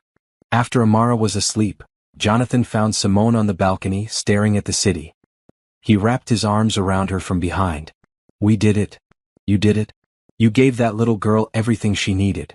We gave her everything. Together. He turned her to face him. Simone, I don't want to wait anymore. Let's set a date. Let's get married. Make you officially part of this family too. Amara wants to be part of planning. She's been asking about being a flower girl. Then we'll plan it together. All three of us. A spring wedding. Small, intimate, just the people we love. What do you say? I say yes. Yes to all of it. Yes to forever. Jonathan pulled out a small box from his pocket. Inside was a ring. Simple, elegant, with a single diamond that caught the light. I was going to wait. Do this somewhere fancy. But I don't want to wait. I want you to have this now. I want everyone to know you're mine. He knelt on one knee right there on the balcony, the city glittering below. Simone Carter, will you marry me? Will you be my wife and Amara's mother and my partner in everything? Will you build this crazy, beautiful life with us? Yes. Yes, absolutely yes.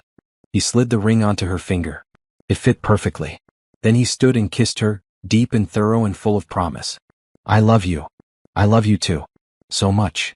They told Amara at breakfast. She screamed with joy, jumping up and down. You're getting married? Really? For real?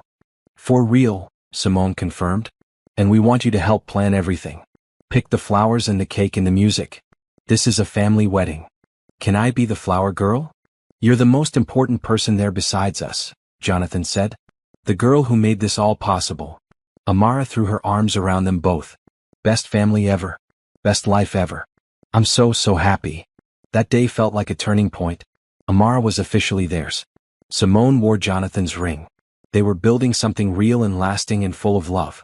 But that evening, Tom Fletcher arrived with concerning news. Richard Chin had violated his bail conditions. Had been spotted near Jonathan's office building. The police were looking for him, but he'd disappeared. I'm increasing security, Tom said. No one in or out without clearance. We're treating this as a credible threat. Jonathan's hand tightened on Simone's. Amara sat with them, listening, her face serious. Are we in danger? Amara asked quietly. We're being smart, Jonathan said. Like we talked about before. We're prepared. But honey, I won't let anything happen to you. I promise. I trust you, Dad. I'm not scared. Not anymore. I have you. That night, they locked all the doors and set all the alarms. Tom's team established a perimeter. But inside the penthouse, they had movie night as planned. Popcorn and laughter and family time. Because fear wouldn't win. Love would. Had to. The wedding planning became a joyful distraction from the lingering security concerns. Amara threw herself into every detail, creating elaborate drawings of flower arrangements and dress designs. "I think Miss Simone should wear purple," Amara said, spreading her sketches across the dining table. "Like me. So we match." "I was thinking maybe cream or ivory," Simone said gently. "Traditional wedding colors. But purple is prettier. And it's our color. Our family color." Jonathan smiled, watching them negotiate. "What if Simone wears traditional and you wear purple? You'll stand out as the special flower girl." Amara considered this. "Okay. But can I have flowers in my hair? Purple ones?" "Absolutely." They toured venues, but nothing felt right. Too big, too formal, too impersonal. Finally, Helen made a suggestion. "What about the beach house? It's private, beautiful, and already meaningful to you all. We could set up a tent on the sand, have the ceremony at sunset." "That's perfect," Simone said immediately. "That's where we want to do this." They set the date for April 20th, giving them 3 months to plan. Small guest list: Helen, Tasha and her family, Patricia and Angela, Beth, Rosa, Tom and Claire. 20 people total, all who'd been part of their journey. Amara designed the invitations by hand, drawing a family of 3 stick figures on each one. Jonathan had them professionally printed, her artwork preserved. "These are from all of us," he explained. "You're part of this wedding, Amara. This is about creating our family officially." School was going beautifully. Amara's teacher reported she was excelling, especially in language arts and creative writing. She'd made several friends, including Sophie, who came over for playdates. "Is it weird having a billionaire dad?" Sophie asked Amara one afternoon, voice carrying into the kitchen where Simone prepared snacks. "I don't think of him like that. He's just dad. He makes pancakes and helps with homework and plays chess with me. But you live in a penthouse. That's so cool." "The penthouse is nice. But the best part is having a family. Having people who love me." Amara's voice was matter of fact. "I used to live on the streets. Now I have a dad and almost mom and grandma. That's better than any building." Simone blinked back tears. That child's wisdom, her gratitude, her perspective, it humbled her daily. In early March, Jonathan had a charity gala to attend. A technology conference where he was receiving an award for innovation. He wanted to skip it, but Simone encouraged him to go. "You worked hard for this. Accept the recognition. Amara and I will be fine. Come with me. Both of you. I want you there." So they attended together, Amara in a beautiful purple dress, Simone in blue silk, Jonathan in a navy suit. When Jonathan accepted his award, he surprised everyone by bringing them on stage with him. "This award is nice," he said into the microphone. "But it's not my biggest accomplishment this year. That would be becoming a father. And soon a husband. I want to thank these 2 incredible women for changing my life completely." He gestured to Amara and Simone. The audience applauded. Cameras flashed. "7 months ago, a brave little girl saved my life. She warned me about danger when she had no reason to trust that anyone would listen. Amara, you taught me what courage looks like. What love looks like. You gave me purpose beyond profit margins." Amara waved shyly at the crowd. "And Simone, you taught me how to be present. How to put family first. How to build something real and lasting. You didn't have to stay. Didn't have to help a confused billionaire figure out how to be a dad. But you did. You chose us. Chose this family." Jonathan held the award high. "So I accept this, but I dedicate it to them. To Amara and Simone, who made me better. Thank you." The crowd stood applauding. Several people were crying. Simone felt tears on her own cheeks. Backstage, reporters clamored for interviews. Jonathan declined most, but agreed to one with a major news outlet. "Mr. Blake, this is quite a change from your previous reputation as a workaholic. My priorities shifted. I learned what matters." "And the adoption? You went from bachelor to father literally overnight. When something's right, you know it." "Amara needed a family. I needed her just as much. Sometimes the best decisions happen fast." "What about marriage? You're engaged to your event coordinator?" "I'm engaged to the woman I love. Her job title doesn't define her. Simone is brilliant, kind, and the best partner I could ask for. Amara and I are lucky to have her." The interview aired that evening. Simone watched it with Amara snuggled against her side. "Dad looks happy," Amara observed. "He is happy. We all are. Miss Simone, can I ask you something?" "Always, honey." "After you marry Dad, what should I call you?" "Mom?" "Simone?" "Something else." Simone's breath caught. "What do you want to call me?" "I want to call you Mom." "That's okay. I know you're not my real mom." "Stop." Simone turned to Mara to face her. Listen to me. Real doesn't mean biology. Real means showing up. Loving you. Being there when you need me. I am your real mom, Amara. If you want me to be, I want you to be. So much. Then I'm mom. Starting right now. Amara buried her face in Simone's shoulder, crying happy tears. I have a mom. I really have a mom. When Jonathan came home, he found them curled up together on the couch, both asleep. He took a photo, then gently woke them. Hey, my girls. Dad, Amara said sleepily. Guess what? I have a mom now. A real mom. You do. Miss Simone said I can call her mom. That she is my mom really and truly. Jonathan looked at Simone over Amara's head, his eyes full of love. That's the best news I've heard all day. That night, after Amara was in bed, Jonathan pulled Simone into his arms on the balcony. Thank you. For being her mom. For loving her like she's yours. She is mine. Just like she's yours. Biology doesn't matter. I love you. So much.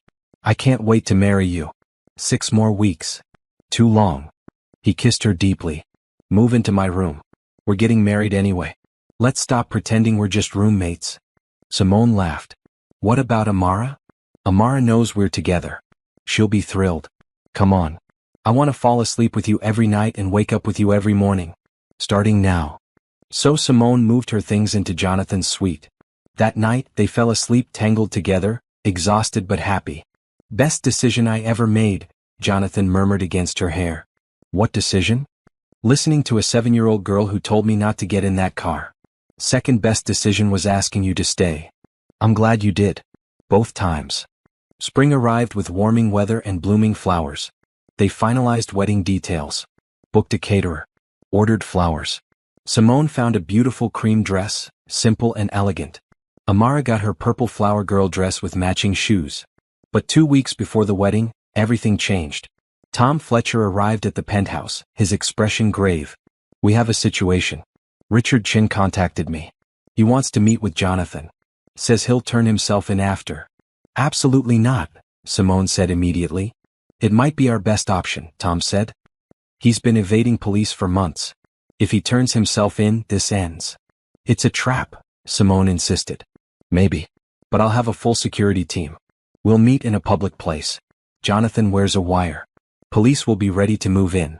Jonathan looked at Simone. This could be our chance to end this. To stop looking over our shoulders. To let Amara live without fear. Or it could get you hurt. Killed. Tom's the best. I trust him. Simone wanted to argue, but she saw the determination in Jonathan's eyes. He needed to do this. Needed to protect their family the only way he could. Fine. But I'm coming too. Not to the meeting but nearby. In the backup vehicle. I need to be close. Simone. Non-negotiable. If you're doing this, I'm there. That's the deal. Jonathan agreed reluctantly. The meeting was set for a coffee shop downtown. High visibility. Cameras everywhere. Tom's team covered every angle. Simone waited in a van 2 blocks away, listening through the wire Jonathan wore. She heard him enter the shop. Order coffee. Sit down. Then Chen's voice, thank you for coming. What do you want? To apologize. What I did was wrong. The attack, the threats. I let competition consume me. Made me dangerous. But I've had months to think. To realize what I was becoming. I don't want that anymore. So turn yourself in. I will. After I explain. After you understand why I did it. Chen's voice cracked. I was desperate. My company was failing. Yours was taking everything. I thought if you were gone, I'd have a chance. And now? Now I see it wouldn't have mattered. You're better than me. Your technology is better. Removing you wouldn't have changed that. Simone listened, heart pounding. It sounded genuine. But was it? I'm sorry, Chen continued. For everything. For putting you and your family in danger. I heard you adopted a little girl. The one who warned you. That's beautiful. You deserve that happiness. I never should have threatened it. If you mean that, prove it. Turn yourself in. Face the consequences. Let us move on. I will. Right now. I just needed you to know I'm sorry. That I'm not a monster. Just a man who made terrible choices. Police moved in. Simone heard the arrest through the wire. Chen went peacefully, no fight, no drama. Jonathan exited the shop, found Simone in the van. She threw her arms around him. It's over, he said. Really over. He's in custody. He'll face trial. We're safe. Thank God. Thank God you're okay. They drove home together, Jonathan's hand tight on hers. When they arrived, Amara ran to them. Did it work? Is the bad man gone? He's gone, sweetheart. We're safe now. All of us. Amara hugged them both. Good. Because we have a wedding in 2 weeks and we can't be worried about bad guys. We have to focus on cake and flowers and making Mom the prettiest bride ever. That evening, the three of them sat on the balcony watching the sunset. Jonathan opened a bottle of champagne, poured a small glass of sparkling cider for Amara. To family, he toasted. To safety. To new beginnings. To love, Simone added. To us, Amara said, clinking her glass against theirs. Forever and always. The final 2 weeks before the wedding passed in a blur of preparations. The beach house was transformed with white tents and purple flowers. Helen coordinated everything, giving Simone and Jonathan time to focus on Amara and each other. The night before the wedding, Helen took Amara for a special grandmother-granddaughter sleepover. You two need time alone, she insisted. Enjoy your last night as an unmarried couple. Jonathan cooked dinner, one of the few meals he'd mastered. Pasta with homemade sauce, garlic bread, salad. They ate on the balcony, the city lights below. Nervous? Simone asked. No. Excited. Impatient. Ready to make this official. Jonathan took her hand. You changed my life, Simone. 7 months ago I was going through motions. Now I'm living. Really living. Thank you for that. You changed mine too. Gave me purpose. Family. Well, everything I didn't know I was missing. Tomorrow you become Mrs. Blake. Tomorrow we become official. The three of us. They made love slowly, tenderly, both knowing this was their last night before everything changed. Before they spoke vows and became husband and wife. Before their family was complete. I love you, Jonathan whispered afterward. Simone curled against his chest. I love you too. Always. The wedding day dawned perfect. Bright sunshine, warm breeze, flowers blooming everywhere.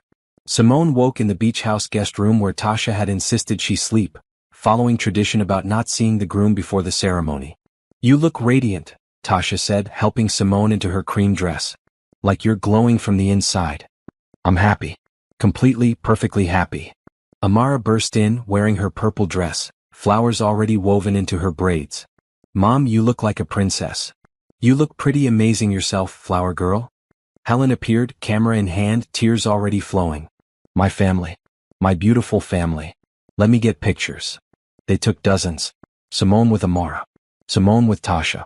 All the women together. Then it was time. The ceremony space looked magical. White chairs arranged in rows on the sand. Purple flowers everywhere. A simple arch draped in white fabric, ocean waves behind it. 20 guests stood waiting. Music started. Amara went first, scattering purple petals with careful concentration. Then Simone appeared, Tasha beside her. Jonathan stood at the altar in a navy suit, green tie at Amara's insistence. When he saw Simone, his face transformed. Pure joy. The ceremony was simple. They'd written their own vows. Jonathan went first, his voice steady despite tears in his eyes. Simone, 7 months ago, a little girl saved my life. But you saved my soul. You taught me how to be present, how to love, how to build something real. You chose us when you didn't have to. Chose to stay, to help, to love. I promise to spend every day earning that choice. To be your partner, your best friend, your love. To build this family with you. To choose you always. Simone's voice shook but didn't break. Jonathan, you showed me what courage looks like. Taking in a child who needed you. Opening your heart after years of protecting it. Becoming the man you were always meant to be. You gave me family.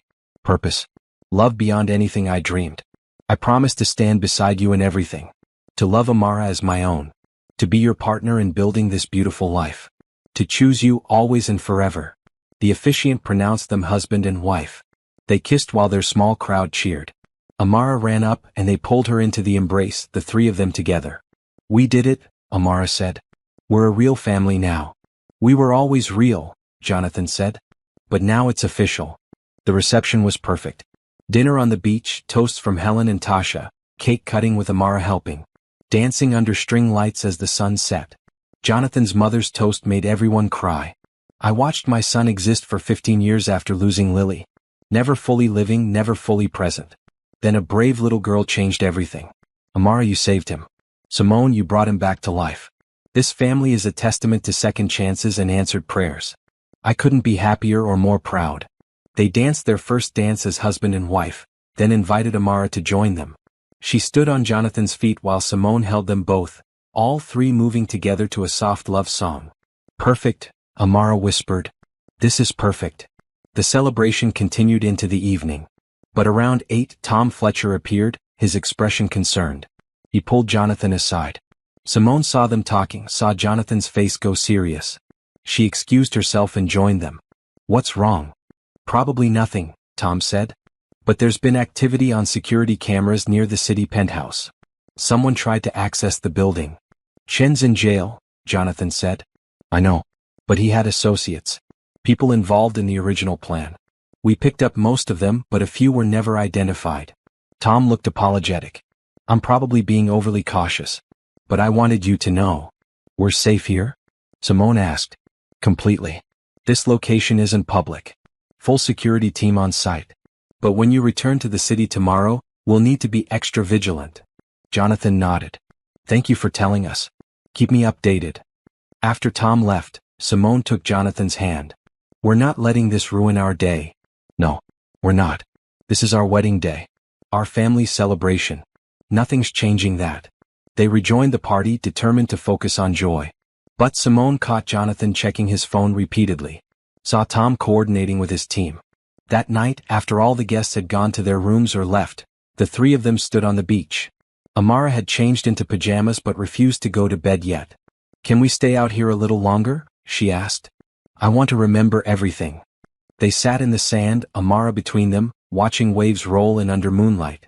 Today was the best day of my life, Amara said. You're married now. We're a forever family. Forever family, Jonathan agreed. Nothing can change that. I'm not scared anymore, Amara continued. About bad things happening.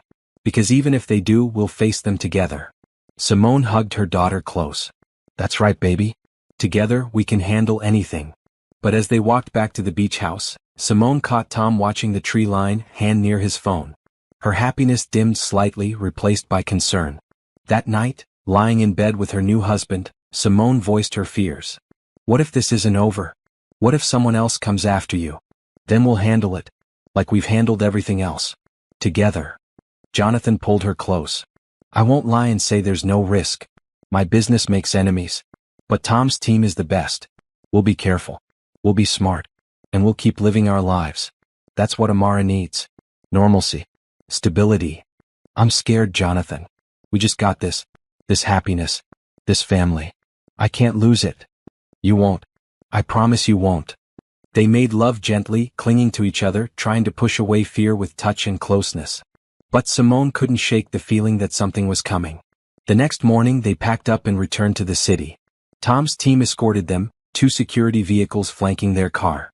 Amara noticed but didn't comment, trusting the adults to handle things. At the penthouse, everything looked normal. Tom's team had already swept for any issues. But Jonathan added extra security measures anyway. More cameras, better locks, a direct line to the police station. We're being smart, he assured Simone. Not paranoid. Just prepared. That week they fell back into routine. Amara went to school with discreet security watching. Jonathan worked from home more, attending only essential meetings. Simone coordinated events remotely, unwilling to leave the family for long. But on Thursday, Tom received concerning intelligence. One of Chen's former associates, a man named Eric Wade, had purchased airline tickets. Destination, their city. Arrival, tomorrow. Do we know what he wants? Jonathan asked during an emergency meeting in his office. No. But Wade was deeply involved in the original plan. He disappeared before we could arrest him. Now he's coming here. Tom pulled up a photo. White man, mid-40s, average looking. We'll have teams watching the airports, train stations, bus depots. If he shows up, we'll grab him. What about Amara? Should we keep her home from school? I think that sends the wrong message. Shows fear. Let her maintain routine, but we'll increase security at the school. Simone hated this. Hated that their happiness was shadowed by threat. But she agreed with Tom. Amara needed normalcy. Friday morning, Simone took Amara to school as usual. She hugged her daughter tight. Have a good day, baby. Learn lots. I will. Mom? Amara looked up at her. Is everything okay? You and Dad seem worried. Just being careful, sweetheart. Nothing for you to worry about. Okay. Love you. Love you too. Simone watched Amara run into the school building, then returned to the penthouse where Jonathan paced, phone pressed to his ear. Tom's team spotted Wade at the airport. They're following him. For the next hour, they tracked Wade's movements through Tom's updates. He took a taxi into the city. Got out at a coffee shop 3 blocks from Jonathan's office building. He's just sitting there, Tom reported. Drinking coffee. Waiting for something. For what? We don't know. But I'm sending officers to pick him up. We'll question him, find out his intentions. But before the officers could arrive, Wade stood. Left the coffee shop. Walked toward Jonathan's building. Tom's team moved to intercept. But Wade was faster than expected. He slipped into the building through a side entrance, bypassed security somehow. He's inside, Tom said urgently. Lockdown initiated. Jonathan, stay where you are. We're coming to you. Jonathan grabbed Simone. Panic room. Now. What about Amara? Tom has a team at her school. She's safe. Come on. He pulled Simone toward a concealed door she'd never noticed. Behind it, a reinforced room with communication equipment, supplies, everything they'd need. They sealed themselves inside. Jonathan pulled up security camera feeds on a monitor. They watched Tom's team sweep the building floor by floor. What does he want? Simone whispered. Why come here? I don't know. But we're safe. Tom will handle this. On the monitors, they saw Tom's team close in on the executive floor. Saw Wade in the hallway looking confused. He wasn't armed. Didn't look dangerous. Just lost. Tom approached carefully. Eric Wade, you're under arrest. Put your hands up. Wade complied immediately, no resistance. I'm not here to hurt anyone. I just needed to talk. Talk about what? About making this right. About apologizing. About helping however I can. Wade's voice cracked. I was part of something terrible. I've been running for months. I can't run anymore. I want to cooperate. Want to make amends. Tom cuffed him anyway, taking no chances. But as they led Wade away, he looked directly at a security camera. Mr. Blake, if you're watching, I'm sorry. I'm so sorry. Chin manipulated all of us. Made us believe we were protecting our livelihoods. But it was wrong. I want to help put this right. Please let me help. In the panic room, Jonathan and Simone stared at the screen. Wade looked genuine. Broken. Repentant. Do you believe him? Simone asked. I don't know. But we'll find out.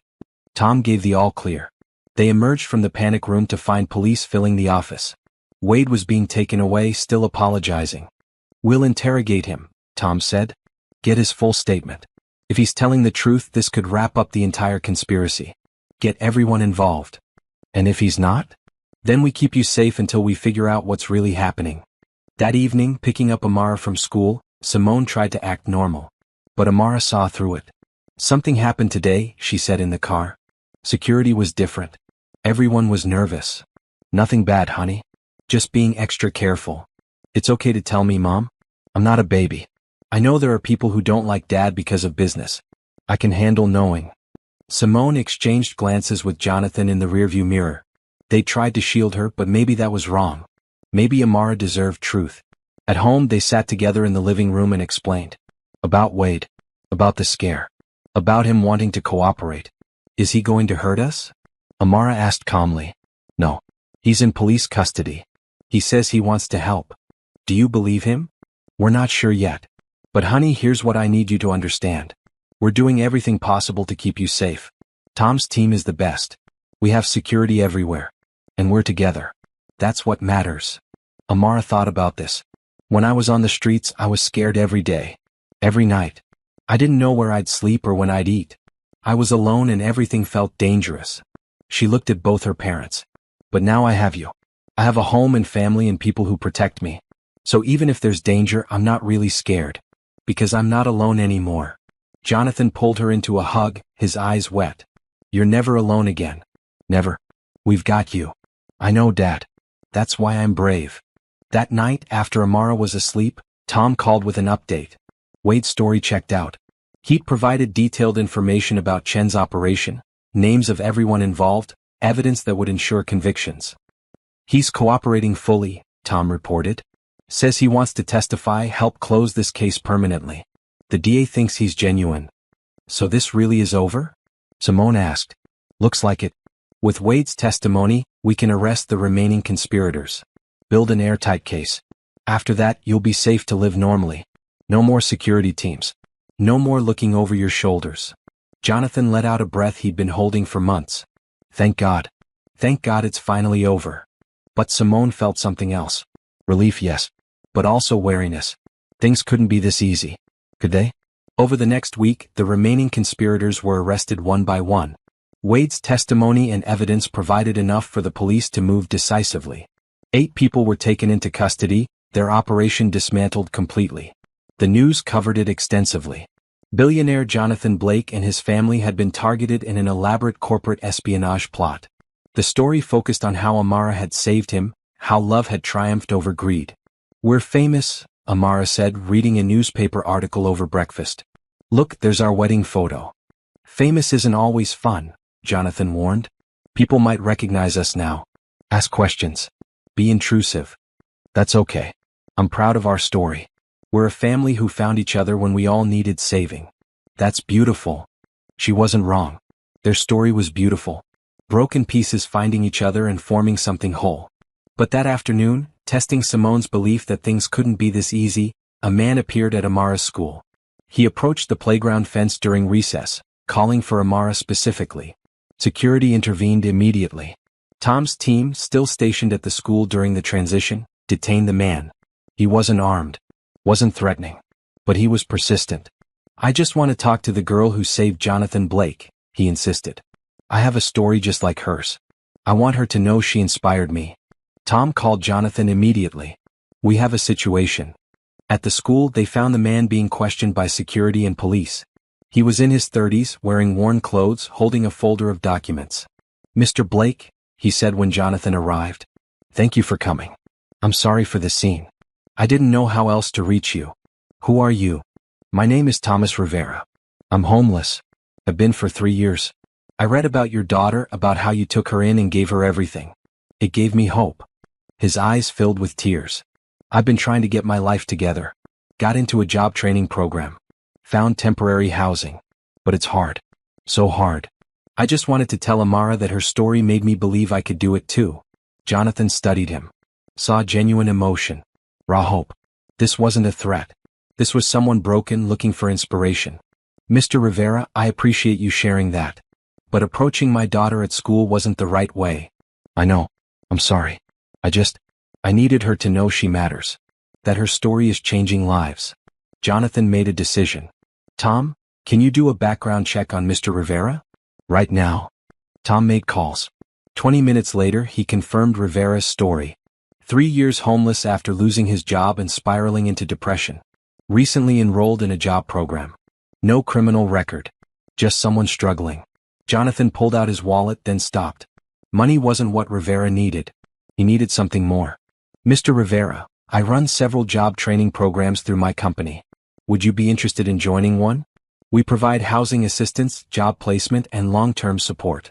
Rivera's face crumpled. You do that? After I scared everyone? You didn't mean harm. You meant hope.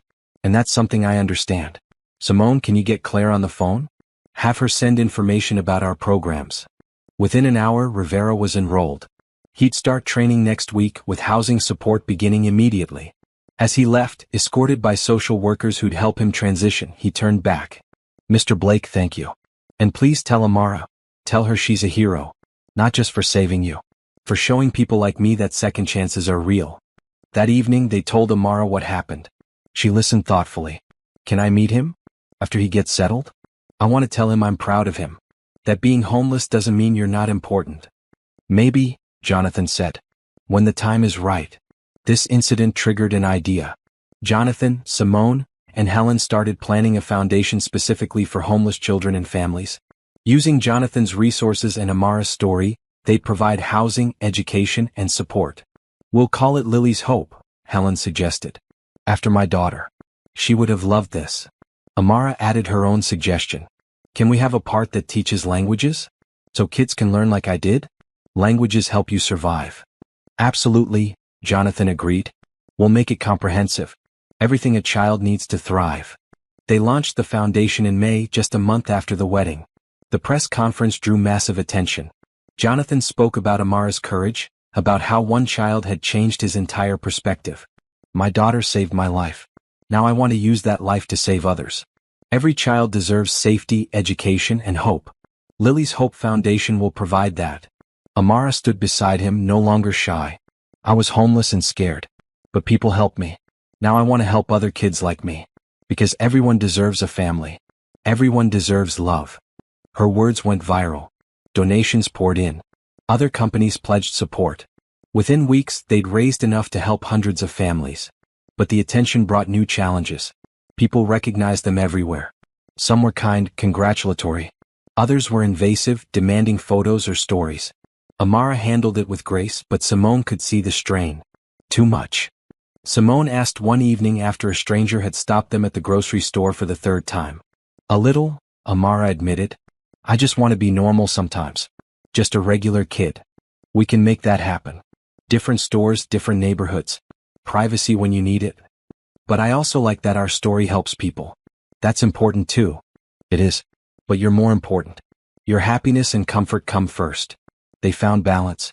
Scheduled public appearances but kept most of their life private. Amara's school implemented strict no-media policies. At home they were just a family. In June the trial for Chen and his associates began. Jonathan had to testify, recounting the attack and aftermath. Wade testified too, his cooperation clear and comprehensive.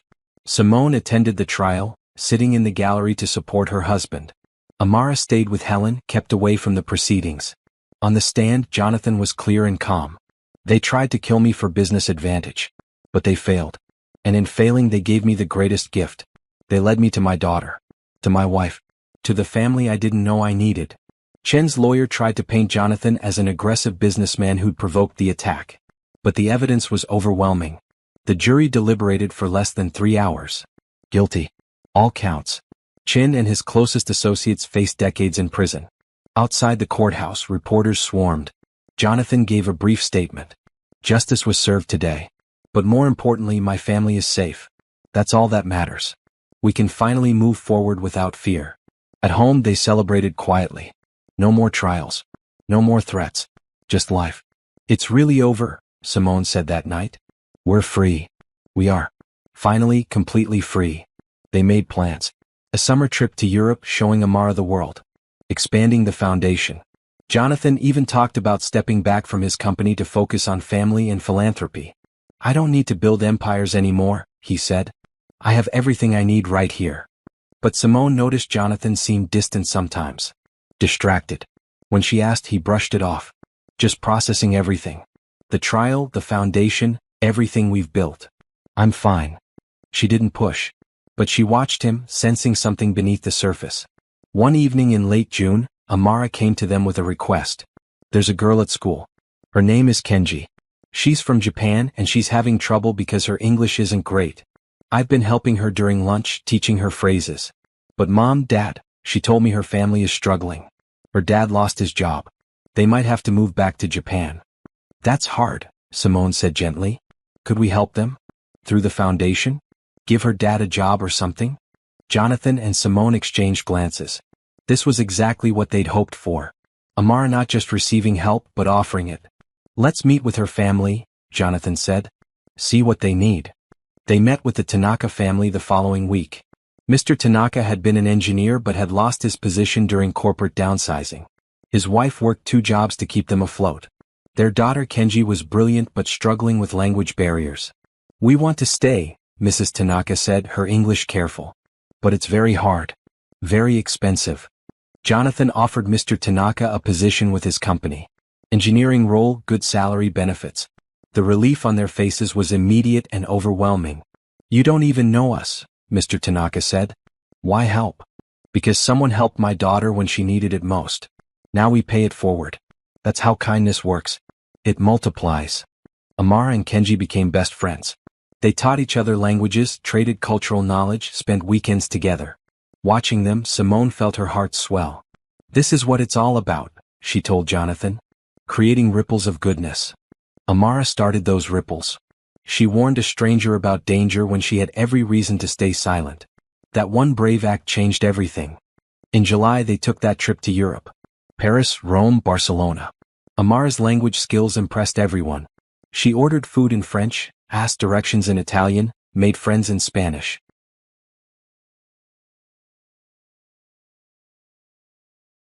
"She's going to do amazing things," Helen said during a video call. "That girl is going to change the world." "She already has," Jonathan said. "She changed mine." But during the trip, Simone noticed Jonathan's distraction increasing. He took calls at odd hours. Worked on his laptop late into the night. When she asked, he said it was foundation business. She didn't quite believe him. But she also trusted him. If something was wrong, he'd tell her. On their last night in Barcelona, sitting on their hotel balcony while Amara slept, Jonathan finally opened up. "I've been keeping something from you." Simone's heart clenched. "What?" "Nothing bad. Actually, something good. But I wanted it to be perfect before I told you." He pulled out his phone, showed her a document. "I've been working with the city to purchase a property. Large enough to house 50 families. We're turning it into a comprehensive support center. Housing, education, job training, all on one campus." "Jonathan, that's incredible. It's going to be called the Simone Blake Family Center. After you. Because you taught me what family really means. How to build something that lasts. How to love without holding back." Tears streamed down Simone's face. "You named it after me? You're the heart of this family. The heart of everything good we're building." It seemed right. She kissed him, pouring everything she felt into it. Gratitude and love and hope and joy. "I love you so much." "I love you too. More every day." They returned home to find the foundation had grown beyond their wildest expectations. Other cities wanted to replicate their model. Celebrities were endorsing their work. They were making real, measurable impact. "We're changing lives," Claire reported at a board meeting. "Hundreds of families helped. Thousands more on waiting lists. The work you're doing matters." But for Jonathan and Simone, the best measure of success was simpler. Amara thriving. Happy. Secure. Growing into a remarkable young woman who used her past pain to fuel compassion for others. "Thank you," Amara told them one night before bed. "For choosing me. For loving me. For showing me what family means." "Thank you," Jonathan countered, "for saving me. In every possible way." 6 months after the trial, life had settled into a beautiful rhythm. Amara excelled in 4th grade, her test scores placing her among the top students in her class. She'd started a language club at school, teaching other kids basic phrases in multiple languages. "I have 12 members now," she announced proudly at dinner. "And Ms. Rodriguez says we might perform at the school assembly." "That's wonderful, baby," Simone said, passing the salad. They ate together every night now, no matter how busy Jonathan's day had been. Family time was sacred. The Simone Blake Family Center opened in September with a ribbon-cutting ceremony. Over 300 people attended, including families who'd be among the first residents. "This is a place of hope," Simone said in her speech, standing beside Jonathan and Amara. "Where families can rebuild, children can learn, and everyone gets the second chance they deserve.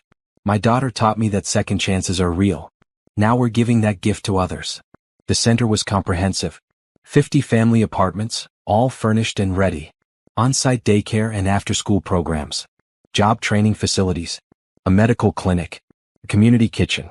Everything a family needed to get back on their feet. Rosa's Kitchen partnered with them, providing cooking classes and employment opportunities. Beth joined as education director. The Tanaka family volunteered as cultural ambassadors, helping new families adjust. "This is bigger than anything I imagined," Jonathan told Patricia Torres, who served on the foundation board. "Amara's courage created all of this." "Love created this," Patricia corrected. "Love and people willing to act on it." That fall, Jonathan made a major announcement. He was stepping down as CEO of his tech company, transitioning to chairman of the board. His new full-time role, running the foundation with Simone. "Business was my life for 15 years, he explained to surprised reporters. But I found something more important. Family. Community. Making real impact on real people. That's where I want to focus now." His company's board supported the decision. Jonathan had built the business to last. It would thrive without him at the helm daily. "Besides," he joked at his final board meeting, "my daughter keeps reminding me that being rich isn't interesting. Helping people is." She's right. In October, they received an invitation to the White House. The president wanted to honor the foundation's work, hold them up as an example of effective private philanthropy. "We're going to meet the president?" Amara could barely contain her excitement. "We are. and you're the guest of honor. None of this happens without you. Without us, Amara corrected. We're a team. At the White House ceremony, Amara wore her favorite purple dress. She shook the president's hand confidently, no longer the shy street child but a poised young girl who'd learned her own worth. You started all this? The president asked. I warned Mr. Blake about danger. But he's the one who chose to help me. To adopt me and give me a family. That's the real story. Love choosing love. The president's eyes glistened.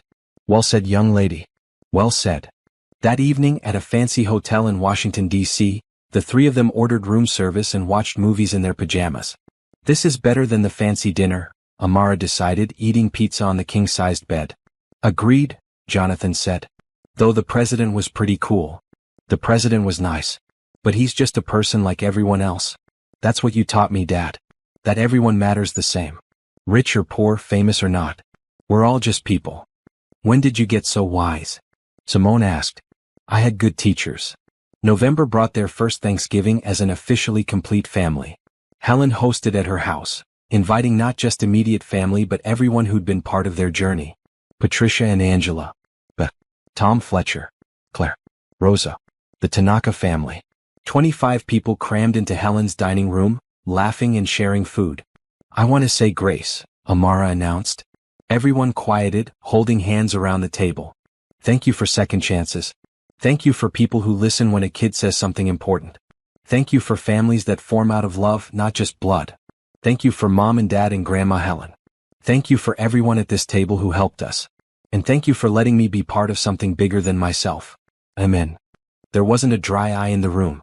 That kid is going to be president someday, Tom whispered to Jonathan. Probably, Jonathan agreed, beaming with pride.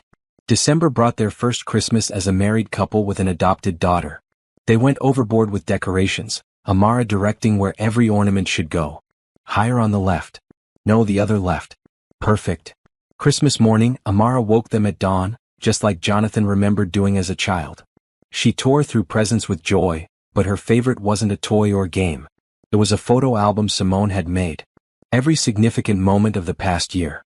The night they met. Moving into the penthouse. The adoption hearing. The wedding. The foundation launch. Family dinners and beach trips and ordinary moments that meant everything. This is our story, Simone explained. How we became a family. Amara traced the photos with gentle fingers. Can we keep adding to it? Every year? Every year, Jonathan promised.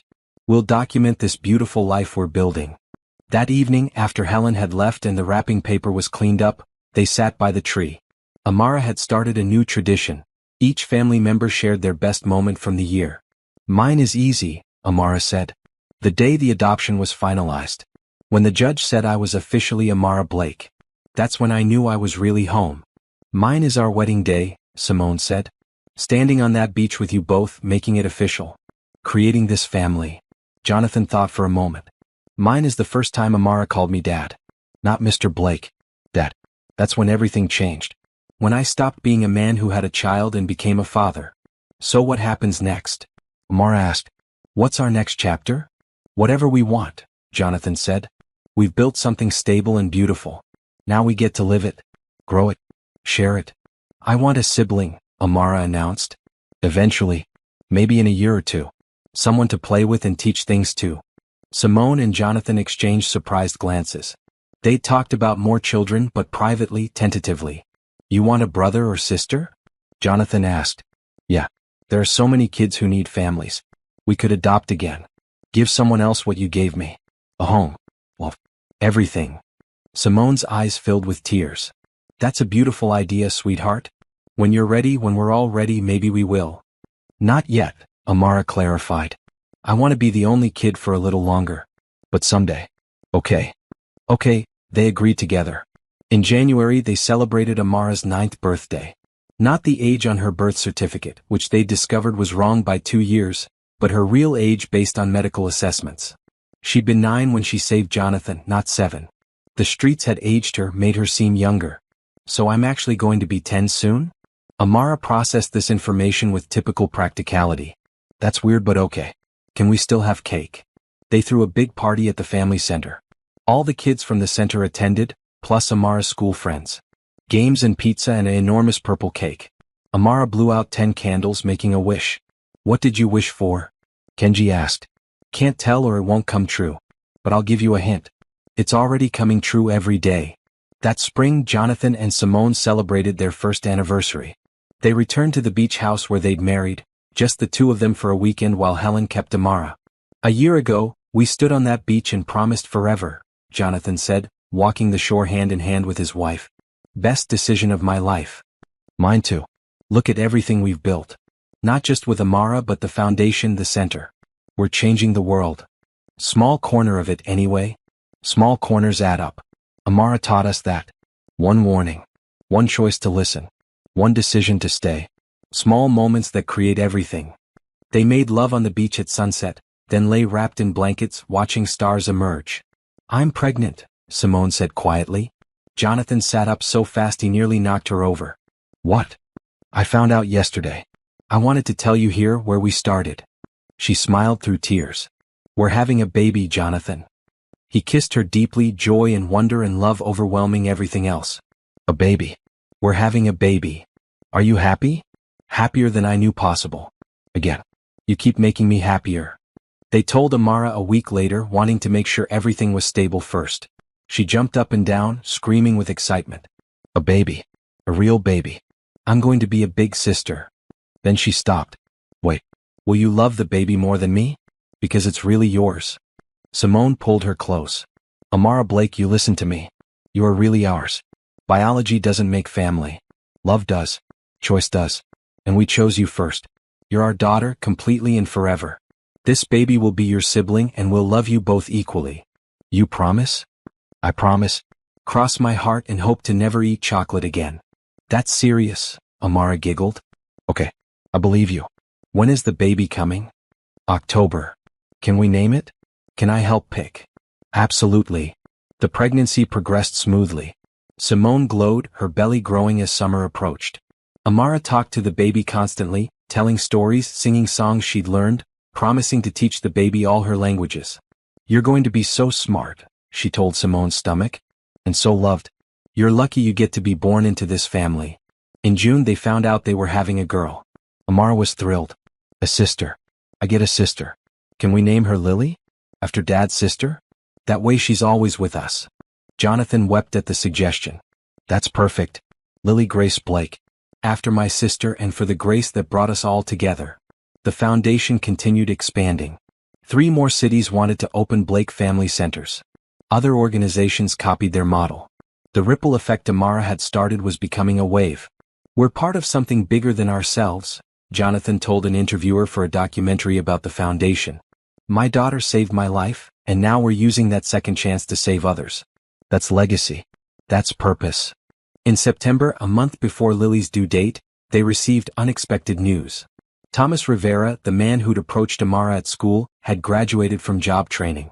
He'd secured full-time employment, moved into his own apartment and wanted to thank them. He also wants to volunteer at the center, Claire reported. Teaching others what he learned. Paying forward what you gave him. That's exactly what we hoped for, Simone said, her hand on her pregnant belly. Creating a cycle of help and hope.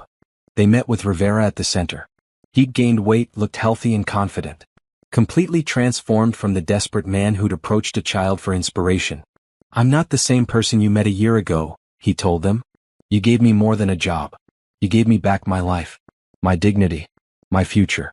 How do I thank you for that? By helping others, Amara said simply. That's how thanks works. We help you, you help someone else, they help another person. It spreads. That's exactly what I want to do. Rivera became one of their most passionate volunteers, sharing his story with new families, showing them that transformation was possible. October arrived with Lily making her entrance 3 weeks early. Simone's water broke during dinner, sending Jonathan into controlled panic mode. Hospital. We need the hospital. Now, where are the bags? Did we pack bags? Amara called Grandma Helen. Dad, breathe, Amara said calmly, phone already in hand. I've got Grandma. You focus on Mom. At the hospital, Simone labored for 8 hours. Amara waited with Helen, pacing the waiting room, worrying despite reassurances that everything was fine. Finally, at 3:47 a.m., Lily Grace Blake entered the world. 6 pounds, 4 ounces of perfection. Dark hair like her mother, gray eyes like her father, and lungs that worked perfectly, announcing her arrival to everyone. Jonathan cried holding her. Simone cried watching him. The nurse cried because it was beautiful. When Amara met her sister an hour later, she approached the hospital bassinet with reverence. She's so tiny. And perfect. Lily. I'm your big sister Amara. I'm going to teach you everything. Languages and how to be brave and how to help people. You're going to love it here. We're a really good family. Lily grasped Amara's finger and the bond was instant. Complete. Two sisters brought together by love and choice and hope. They brought Lily home 3 days later to a nursery painted soft purple and cream. Amara had helped decorate, choosing every detail carefully. Welcome home, baby sister, she whispered, watching Lily sleep in her crib. Welcome to our family. The first months with a newborn were exhausting but joyful. Night feedings and diaper changes and the particular chaos of infant life. But Amara helped enthusiastically, learning to bottle feed and change diapers and soothe a crying baby. You're a natural, Simone told her. I'm practicing for when I help more kids. When I'm older, I want to work at the center. Help families like you helped me. You're going to do amazing things, Amara Blake. I already am. I'm being a big sister. In December, they celebrated Lily's first Christmas and Amara's second with the family. The house was chaos with an infant and a 10-year-old, but it was beautiful chaos. Helen held Lily while watching Jonathan and Simone and Amara decorate the tree together. This is what I prayed for, she told Patricia, who'd stopped by with gifts. After we lost Lily, I prayed Jonathan would find happiness again. Find purpose. Find love. Look at what he has now. Look at what they all have. 4 broken pieces that fit together perfectly.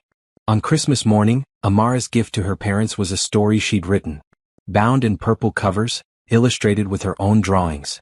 It's called The Girl Who Saved Everything, she explained. It's about a girl who warns someone about danger, and how that one choice creates a whole family. How courage and kindness make miracles. Jonathan read it aloud, voice breaking several times. It was beautiful. Honest. Full of hope and love and the understanding that family is built, not born. This is incredible, Amara. Have you thought about publishing it? Maybe. But I wrote it for us. So we always remember how we started. How we chose each other. That evening, the 4 of them sat by the tree. Lily asleep in Simone's arms. Amara leaning against Jonathan. A family in every sense that mattered. What's our best moment from this year? Amara asked, continuing their tradition. Meeting Lily, Simone said. Seeing you become a big sister. Watching our family grow. The foundation expanding, Jonathan said. Knowing we're helping thousands of families now. Making real change. Mine is right now, Amara said. All of us together. Baby Lily with us for Christmas. Being a family. This is perfect. This is everything I wished for on those cold streets. Everything and more. What did you wish for? Jonathan asked gently. Back then when you were alone? A family. Someone to love me. Somewhere to belong. And you know what? I got exactly that. Plus a baby sister and a grandma and friends and a foundation named after heroes and everything. The universe gave me more than I asked for. That's because you deserved it, Simone said. You deserved all of this and more. We all deserved it, Amara corrected. You were lost too, Dad. Before we met. And Mom, you were just going through life but not really living. We all needed each other. That's what makes this special. We saved each other. Jonathan pulled them all close, careful of baby Lily. His family. His purpose. His everything. Here's to more years, he said. More Christmases. More memories. More love. More everything, Amara agreed. Together.